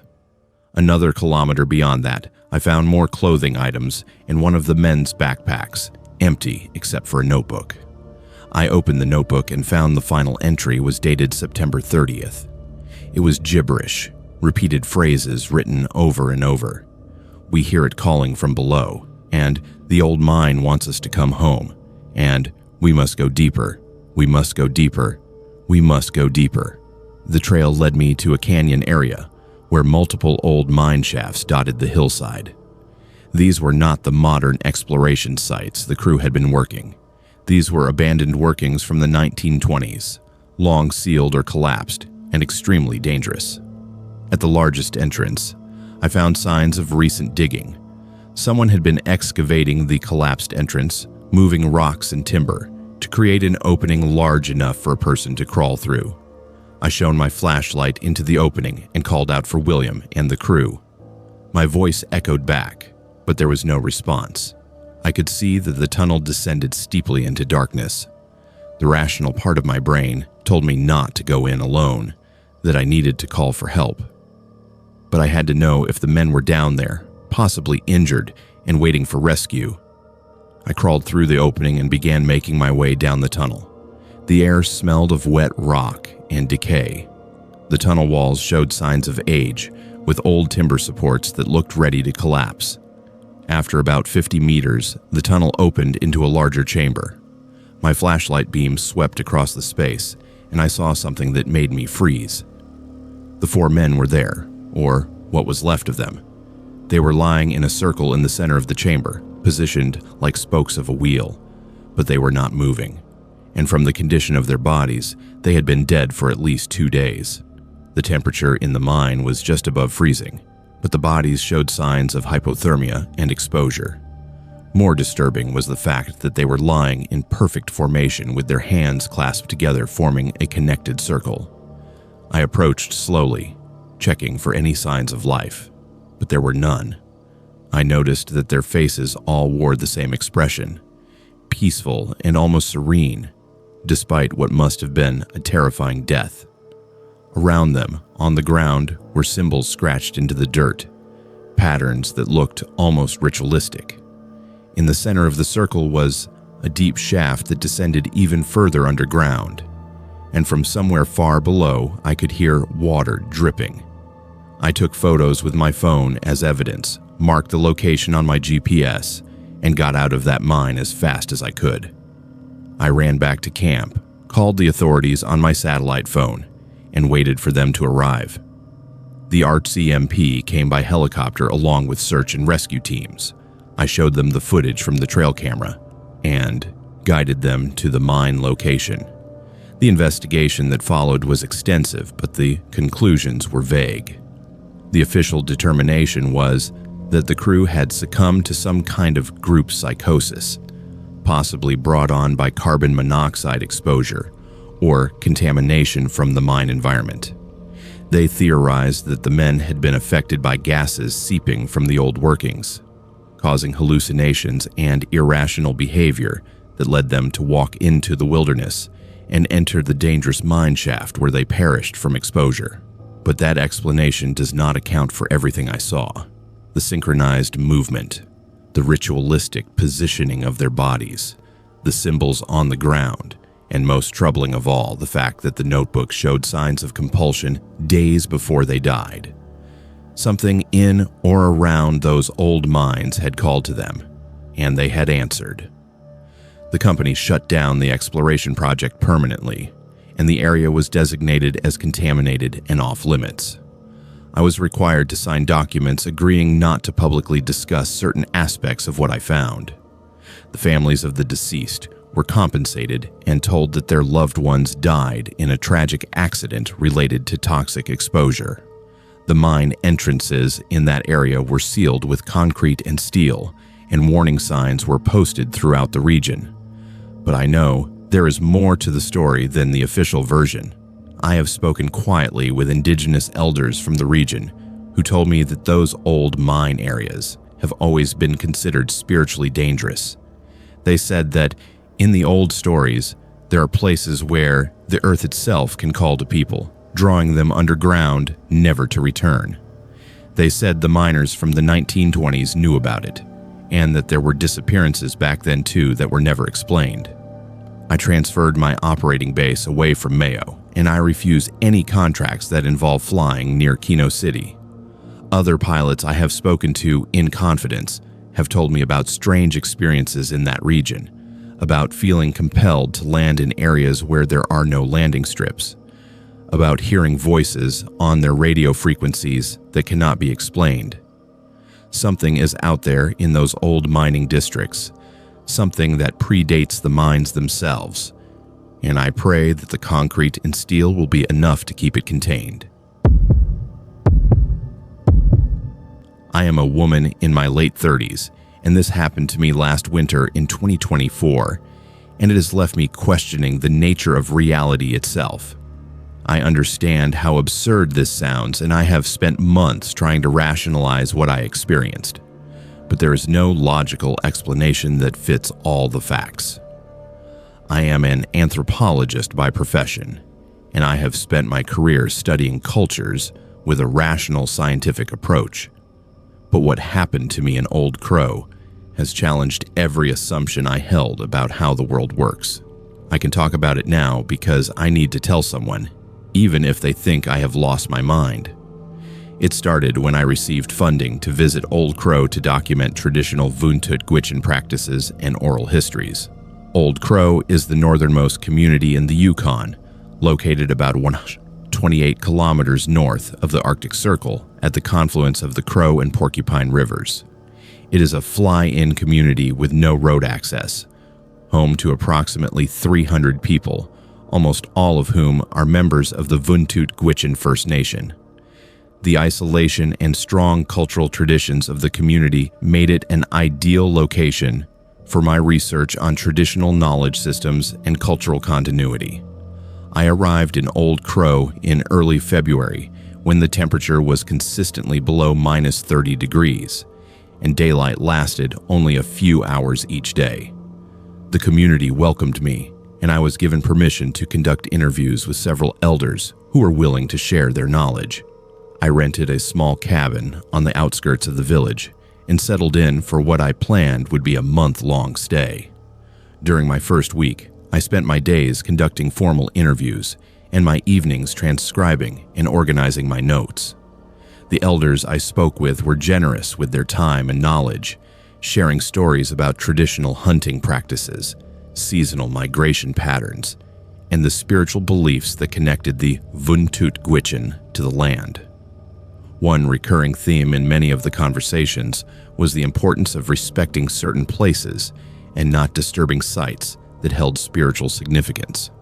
One elderly man, whose name I will not use out of respect for his privacy, warned me specifically not to visit an old trading post that stood about 5 kilometers outside the village. He said the building had been abandoned for decades and that there was something wrong with it. When I pressed him for details, he became reluctant to elaborate. He only said that people who went there sometimes experienced strange things, and that the building existed in a way that was not quite right. I assumed he was speaking metaphorically about the building's historical significance, or perhaps about contamination issues. My academic curiosity got the better of me. I'd seen references to trading posts in the historical records of the area, and I thought photographing and documenting an abandoned post might add valuable context to my research. On a relatively warm day when the temperature was only minus 15, I decided to snowmobile out to the location the elder had mentioned. Several people in the community noticed me leaving and asked where I was going. When I told them, they looked troubled and advised against it, but I assured them I would be careful and would not disturb anything. The ride took about 20 minutes across the frozen landscape. The trading post was easy to find, a weathered wooden structure standing alone on a slight rise overlooking a bend in the Porcupine River. As I approached, I was struck by how well preserved it appeared. The building looked old, but not ruined. The roof was intact, the walls were straight, and there was even glass in most of the windows, for a building that had supposedly been abandoned for decades in this harsh climate. It seemed remarkably stable. I parked my snowmobile and approached on foot. The door was not locked, and it opened easily when I pushed. The interior took my breath away. The trading post looked like it was still in operation. The shelves were stocked with goods, canned foods, dry goods, tools, and supplies, all neatly arranged. There was a counter with an old-fashioned cash register, and behind the counter were shelves of tobacco, ammunition, and other items. A calendar hung on the wall showing the month of August 1965. The level of preservation was impossible. These items should have been covered in decades of dust, rusted, rotted, or taken by scavengers and souvenir hunters, but everything looked fresh, like the store had closed yesterday for the night and would reopen in the morning. I pulled out my camera and began taking photographs, documenting the shelves and the items. I picked up a can of soup, and the label was not faded.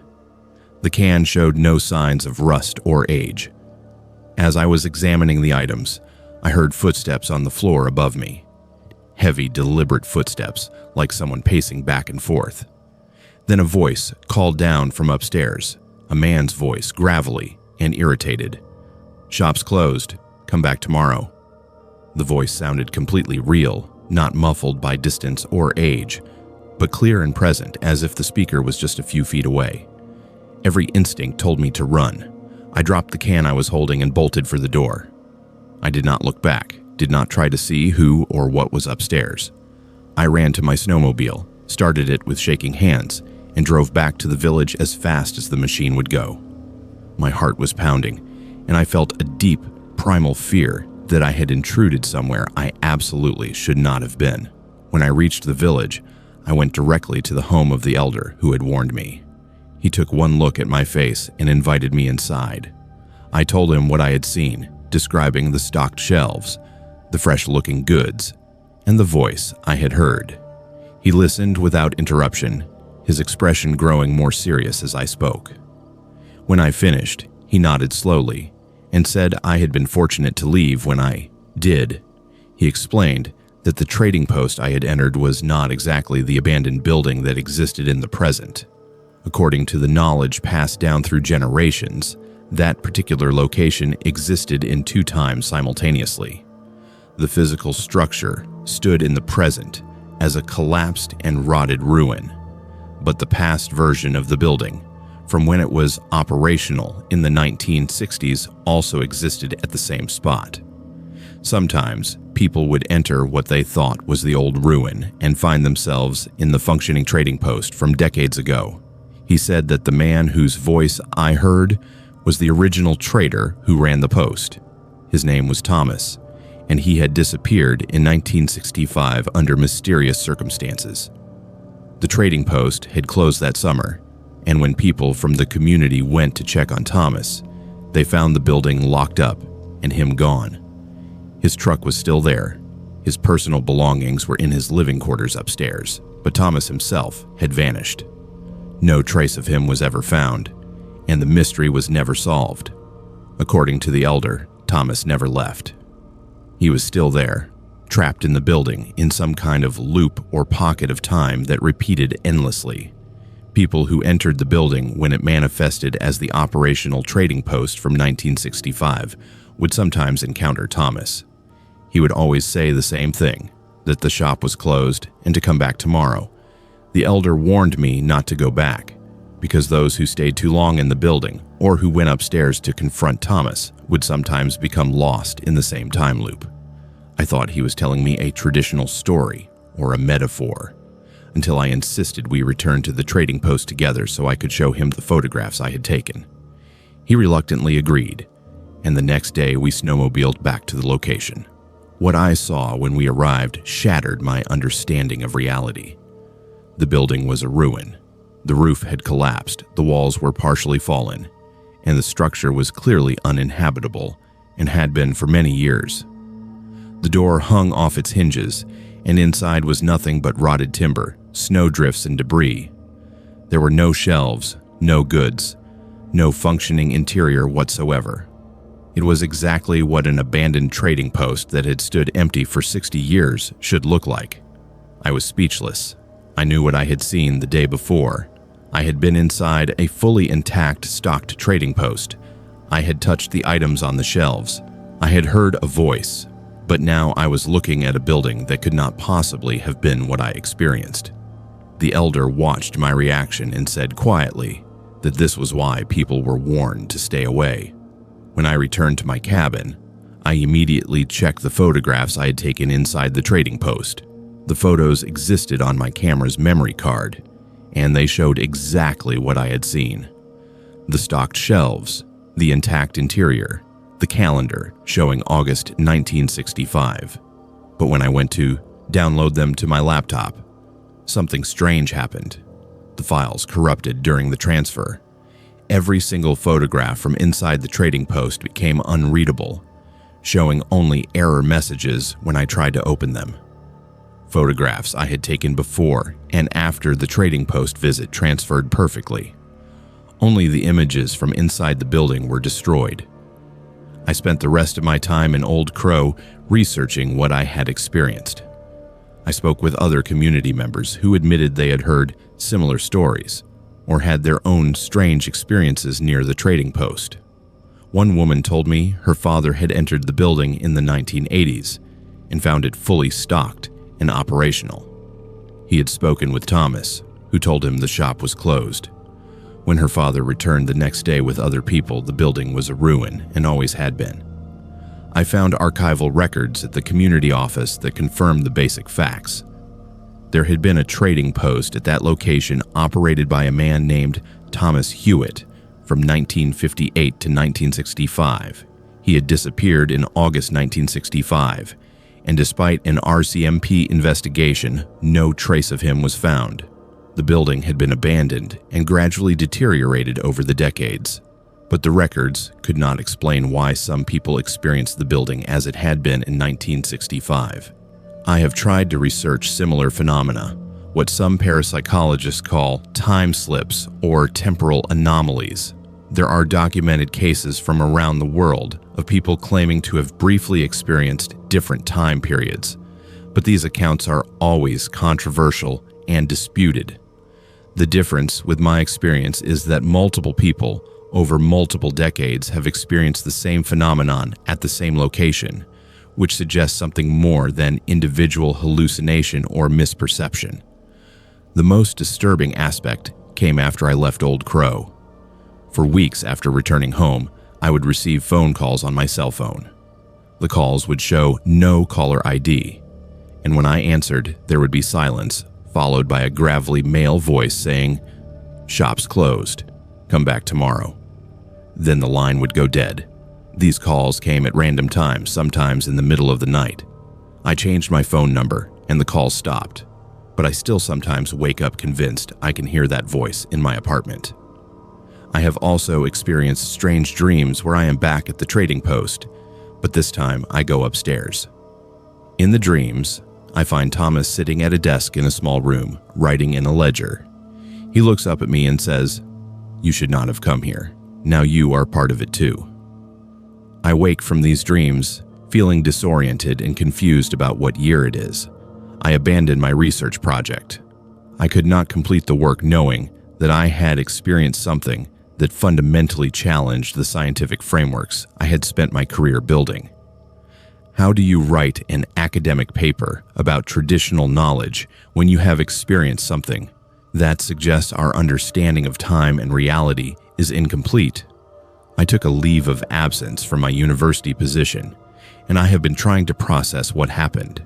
The elder in Old Crow told me that the land remembers things that happen on it, and that some places hold memories so strongly that they can replay them.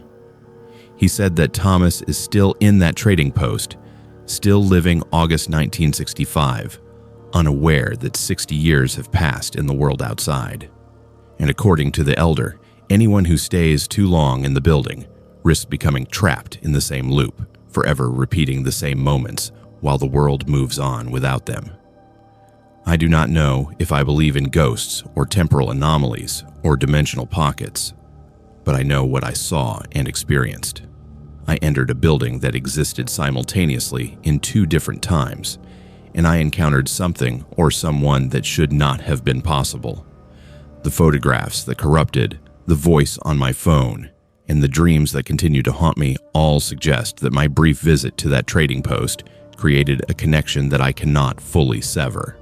I will never return to Old Crow, not because I did not love the community or the work I was doing, but because I fear what might happen if I went back to that trading post. Part of me worries that if I entered the building again, I might find it fully stocked and operational. And if I went upstairs this time, I might meet Thomas face to face.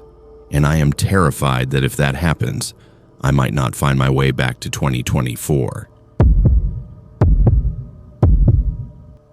I am a man in my mid-40s, and this happened to me in the summer of 2023, and it has haunted me every day since. I am an RCMP officer, and I have seen disturbing things in my career, but nothing prepared me for what I encountered in Beaver Creek during the summer solstice. I have been advised not to speak publicly about certain details of this case, but I feel compelled to share what I know because the pattern continues, and people deserve to be warned. I can talk about it now because I have transferred to a different detachment, and I no longer patrol that area, but I still wake up at night thinking about what happened to those people. I was stationed at the RCMP detachment in Beaver Creek, Canada's westernmost community, located just 28 kilometers from the Alaska border. Beaver Creek is tiny, with a population of around 100 people, mostly members of the White River First Nation and workers at the Border Services Station. The detachment usually handles routine matters like traffic enforcement, border-related issues, and the occasional domestic dispute.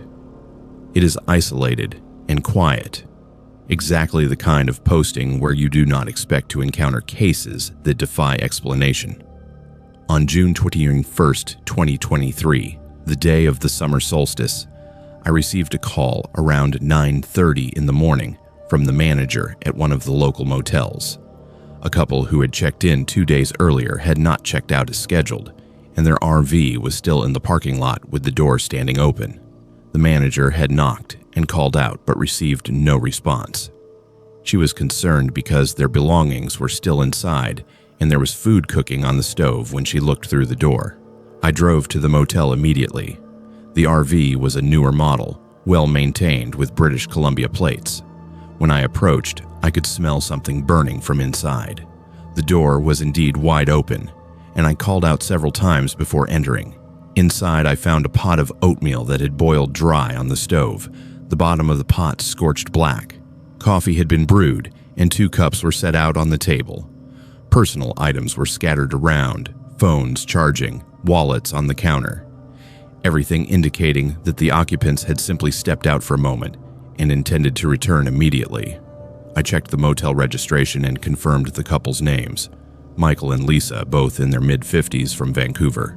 They were traveling the Alaska Highway on vacation. I called their emergency contacts listed on the registration and learned that the couple had called family members the previous evening and mentioned they were planning to visit a wildlife viewing area the next morning before continuing their journey. Nothing in the conversation had suggested any problems or concerns. I expanded my search to the surrounding area and discovered that the couple's dog, a medium-sized golden retriever, was tied to a post near the RV, extremely agitated and barking continuously. The dog had water, but appeared distressed. This detail troubled me because people do not leave their pets tied up and then vanish without explanation. I contacted the Parks Canada Warden Service and organized a search. By early afternoon, a team was assembled to check the wildlife viewing areas and trails near Beaver Creek. About 5 kilometers north of the community, we found a trail camera that had been installed by Parks Canada to monitor caribou movement. I requested the footage be pulled immediately. What we saw on that camera has never been publicly released, but it has become the central piece of evidence in a case that remains officially unsolved. The footage showed Michael and Lisa arriving at the wildlife crossing area at approximately 11:00 p.m. on June 20th. This timing struck me as odd because it was well past sunset, though during the solstice period in the Yukon, there is still significant twilight even at 11:00 p.m. The couple parked their vehicle and walked toward the forest edge. Their movements were synchronized in a way that seemed unnatural. They walked side by side in perfect step, both looking straight ahead, with identical posture and gait. Their dog was with them initially, running ahead and circling back as dogs do. But as the couple approached the tree line, the dog stopped abruptly. You could see in the footage that the dog refused to follow them further. It pulled against the leash, planted its feet, and even tried to pull them back. Michael unclipped the leash from the dog's collar without looking at the animal, and he and Lisa continued walking into the forest. The dog watched them go and then ran back toward the parking area. The camera captured them, walking in a straight line into the forest, never looking around, never speaking to each other, moving with that same eerie synchronization. They disappeared into the trees and did not return. The camera continued recording through the night and into the morning, but Michael and Lisa never came back out. We organized an extensive search operation. Search and rescue teams, tracking dogs, helicopters, everything available. The dogs picked up the couple's scent and followed it deep into a remote canyon area about 8 kilometers from where they had entered the forest. The terrain there is extremely rugged, with steep cliffs and dense vegetation. The scent trail led to the edge of a cliff overlooking a canyon that drops about 150 meters to a rocky stream below. The search teams rappelled down to the canyon floor, expecting to find bodies, but there was nothing. No remains, no clothing, no equipment. The tracking dogs lost the scent entirely at the cliff edge, as if Michael and Lisa had simply vanished into the air. We searched that area for 3 days, covering every possible route they might have taken, but found no trace of them. During the investigation, I interviewed residents of Beaver Creek and members of the White River First Nation. That is when I learned that this was not the first disappearance in that area around the summer solstice. An elderly man told me about a young couple who had disappeared in similar circumstances in 2016, also on June 21st. Their car had been found abandoned at a trailhead, and they were never seen again. The search had turned up nothing. Before that, in 2009, a solo hiker had vanished on the solstice, and records I found in the old files suggested there were disappearances dating back even further. I spoke with an elder from the White River First Nation, who was willing to share traditional knowledge about the area. She told me that the canyon where the scent trail ended has always been considered dangerous, especially during the summer solstice. According to oral history, there is something in that area that calls to people during the longest day of the year, when the sun barely sets and the light has an unusual quality. She described it as a place where the boundary between the physical world and the spirit world becomes thin, and that those who are called often walk willingly to their deaths without understanding what is happening to them. She said that in traditional times, the Athapascan peoples who lived in the area would avoid that canyon entirely around the solstice. There were stories of people who heard voices calling them from the canyon, beautiful singing that promised something wonderful if they would only come closer. Those who followed the voices were never seen again. The elder told me that the land itself has memory, and that something ancient dwells in that canyon, something that hungers during the solstice. I returned to the trail camera footage and studied it frame by frame. What I noticed upon closer examination was deeply disturbing. In several frames visible in the trees beyond where Michael and Lisa were walking, there appeared to be other figures. They were barely visible, like shadows or smudges on the film, but when I enhanced the images, they looked humanoid. The figures seemed to be keeping pace with the couple, moving through the forest parallel to them. In the final frames, before Michael and Lisa disappeared into the darkness, these shadow figures appeared to be leading them, walking just ahead. The official investigation concluded that Michael and Lisa had met with misadventure in the wilderness, likely falling from the cliff during a night hike with their bodies swept away by the stream or lost in the dense vegetation. But I know there is more to the story than that explanation. The synchronized walking, the dog's refusal to follow, the total absence of any remains, and most importantly, the pattern of disappearances on the same date over multiple years all point to something that cannot be explained by conventional means. I made a formal recommendation to the RCMP and to Parks Canada that the area be closed to public access during the period surrounding June 21st. My recommendation included historical data on the disappearances and consultation notes from Indigenous elders. The response was bureaucratic inaction. There was concern about the economic impact on tourism, about potential liability if an official warning was issued, and about the lack of concrete evidence for a specific threat. Instead, general warning signs about hazardous terrain were posted, but nothing that would alert visitors to the specific danger during the solstice period. Michael and Lisa's case remains open. Their families continue to hope they will be found, but I know they will not. I have seen the footage, studied the pattern, and heard the stories. Something in that canyon takes people during the summer solstice, has been taking them for generations, and will continue to do so because we refuse to acknowledge what the evidence clearly shows. I requested a transfer from Beaver Creek 6 months after the incident. I could not continue working in an area where I knew people were at risk and where I was powerless to prevent future tragedies. The detachment that replaced me has been briefed on the case but not on the full details of what I learned from the elders.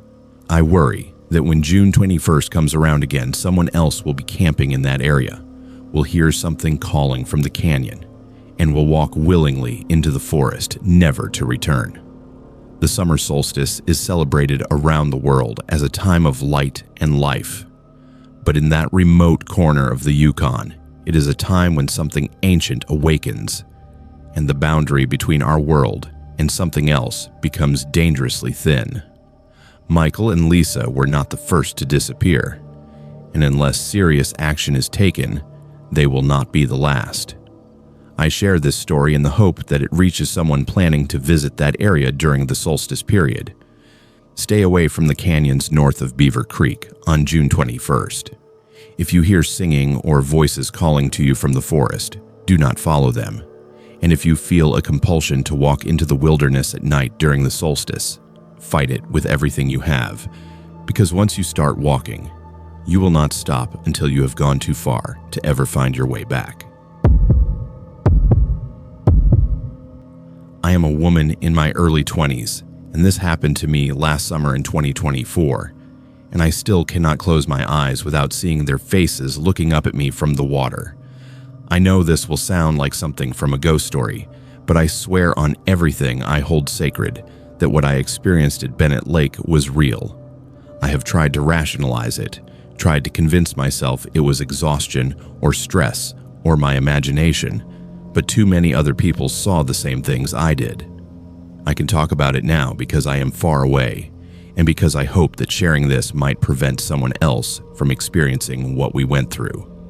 I was working as a summer camp counselor at a youth camp on the shore of Bennett Lake near Carcross. Carcross is a small community about 75 kilometers south of Whitehorse, situated at the junction of Bennett Lake and Nares Lake. The area is stunning, with mountains rising dramatically from the water and long sandy beaches that are rare in the Yukon. The camp was run by a non-profit organization that brought Indigenous and non-Indigenous youth together for cultural exchange and outdoor education programs. I had been hired as one of 6 counselors for the 8-week summer session. The camp itself was located on a beautiful stretch of beach on the eastern shore of Bennett Lake. We had cabins for the campers, a dining hall, and various activity areas spread across about 5 acres of land. The lake water was cold but clean, and one of the main activities was supervised swimming and canoeing. I was responsible for a cabin of 8 girls aged 12 to 14, and I loved the work despite the long hours and challenging conditions. Everything was normal for the first 3 weeks of camp. The kids were enthusiastic, the weather was mostly cooperative, and we had no serious incidents. But in the 4th week, some of the campers started reporting strange things. Several kids mentioned seeing other children playing on the beach at night, which should not have been possible since all campers were accounted for in their cabins after evening activities. When counselors investigated, they found no one on the beach. Then one of the girls in my cabin, a 13-year-old named Emma, came to me visibly shaken after swimming time. She said she had seen children underwater while she was swimming, standing on the bottom of the lake looking up at her. She described them as wearing old-fashioned clothes and having pale, bloated faces. I assumed she had seen rocks or logs that her imagination had transformed in the murky water, and I reassured her that it was nothing to worry about. But over the next few days, more campers reported similar experiences. They described seeing children in the water who would wave at them and beckon them to come deeper. Some said they heard singing coming from the lake at night, children's voices harmonizing in a language that sounded indigenous, but that none of our First Nations campers recognized. The camp director, a woman named Patricia, who had been running the camp for 15 years, seemed troubled by these reports, but told us it was probably just the kids scaring each other with ghost stories. On a Wednesday evening in late July, I had taken a group of 6 campers down to the beach for a supervised evening swim.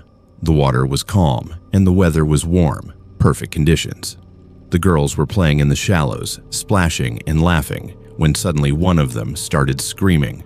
I ran into the water and found her thrashing and crying, saying that something had grabbed her ankle and tried to pull her under. I got her to shore and checked her leg. There were marks around her ankle, not bruises, but impressions, like small fingers had gripped her tightly. The girl, a 12-year-old named Sophia, was hysterical. She kept saying that a child had grabbed her from below, a girl with long dark hair and white eyes who had smiled at her with too many teeth. I tried to calm her down while the other campers gathered around, all of them clearly frightened.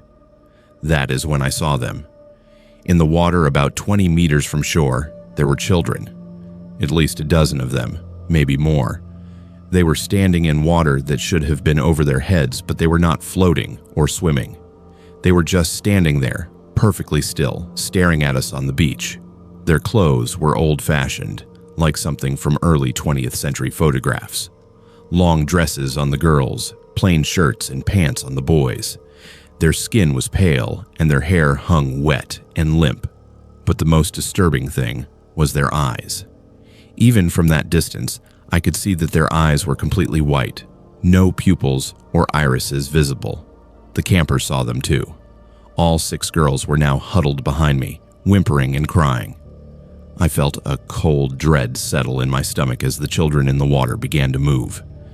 They walked toward the beach in perfect unison, still staring at us with those horrible blank eyes.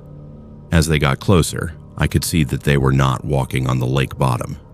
They were walking on top of the water, their feet creating small ripples with each step, but never breaking the surface.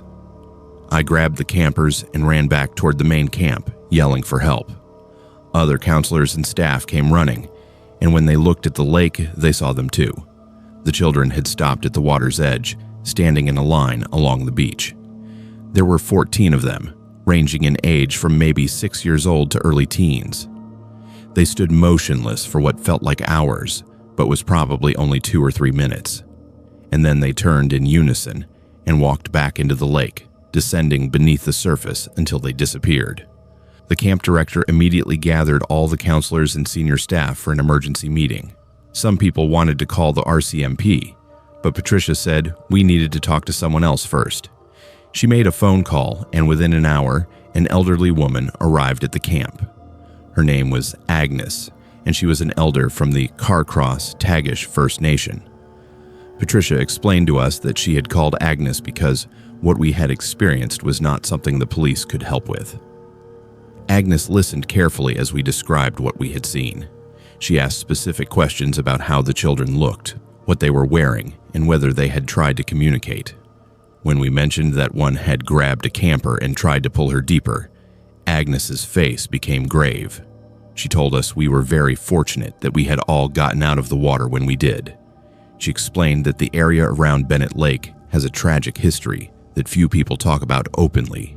In the early 1900s, there had been a residential school not far from where our camp was located. The school operated for several decades, and many indigenous children from across the southern Yukon had been forcibly taken from their families and sent there. The conditions at the school were horrific, with widespread abuse, neglect, and disease. Many children died at the school, but the exact number was never properly recorded. Agnes told us that there were stories passed down through families about children from the school who drowned in Bennett Lake. Some of these drownings were ruled accidents, but there were suspicions that children had been punished by being forced into the cold water, or that some children had deliberately drowned themselves trying to escape the school. The bodies of several children were never recovered from the lake. In the decades since the school closed in the 1960s, there have been reports of children's spirits near the water, especially during the summer months. She said that the spirits of these children were angry and traumatized by what had happened to them. They were drawn to other children who came to the lake, and they would try to bring them into the water to join them. Agnes described it as a kind of compulsion born from loneliness and suffering. The spirits did not understand that they were causing harm. They just wanted companionship and to be remembered. Agnes performed a ceremony on the beach that night. She burned sacred medicines and sang traditional songs, speaking to the spirits in her language. She acknowledged their suffering, honored their memory, and asked them respectfully to leave the children at the camp alone. She placed offerings at the water's edge and marked stones with symbols. She told us that the ceremony would help, but that the area would never be completely safe because the trauma that created these spirits was too deep and too recent. The camp director made the difficult decision to cancel the remaining 3 weeks of camp and send all the campers home. We told the parents there had been a safety concern that required immediate closure, but we did not provide details about what had happened. Most of the counselors, including me, left as soon as possible. Only a skeleton crew remained to close down the facilities, but the incidents did not stop. During the final days of closure, staff reported seeing the children on the beach every night. They would emerge from the lake around dusk and stand on the shore until full darkness fell. One counselor, a man named David, reported waking up to find a dripping wet child standing at the foot of his bed, staring at him with those white eyes. He packed his belongings and left that same night. I learned later from Patricia that this was not the first time the camp had experienced supernatural activity. There had been incidents in previous years, but never as intense or frightening as what happened in 2024. She said that after consulting with First Nations elders and the organization's board, the decision was made to permanently close the camp at that location. The property has since been transferred to the Carcross-Tagish First Nation, and there are plans to create a memorial site to honor the children who died at the residential school. I did some research after I left the camp and found historical records confirming what Agnes had told us. The residential school had operated from 1911 to 1968, and while official records only acknowledge 12 student deaths, interviews with survivors and community members suggested the actual number was much higher. Several of the recorded deaths were listed as drownings, and there were multiple mentions in archival documents of students being punished with cold water or forced to swim in the lake as discipline. What haunts me most is not just what I saw, but what it represents. Those children suffered unimaginable trauma and abuse at the hands of people who were supposed to educate and care for them. They died far from home, separated from their families and culture, and many were never properly mourned or even identified. The fact that their spirits are still trapped at that lake, still trying to reach out to the living, is a testament to how profound and lasting that harm was. I cannot work with children anymore without thinking about those faces in the water. I changed my career plans, and I now work in an office doing administrative work. I avoid lakes and beaches, especially in northern regions. I know rationally that what happened was specific to that place and that history, but I cannot shake the feeling that there are other places like it, other sites of historical trauma, where the suffering was so great that it left permanent scars on the landscape. The experience also taught me how important it is to acknowledge these histories. Agnes told us that part of the reason the spirits were so active was because their deaths had never been properly acknowledged or honored. For decades, the truth about what happened at that residential school was suppressed and denied. The spirits could not rest because their stories had not been told and their suffering had not been recognized.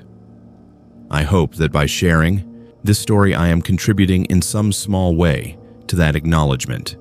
Those children existed, they suffered, and they died unjustly. Their spirits deserve to be at peace, and the living deserve to know what happened, so that such horrors are never repeated. I will never forget the children I saw at Bennett Lake, and I will carry their memory with me always, even as I pray they have finally found the peace they were denied in life.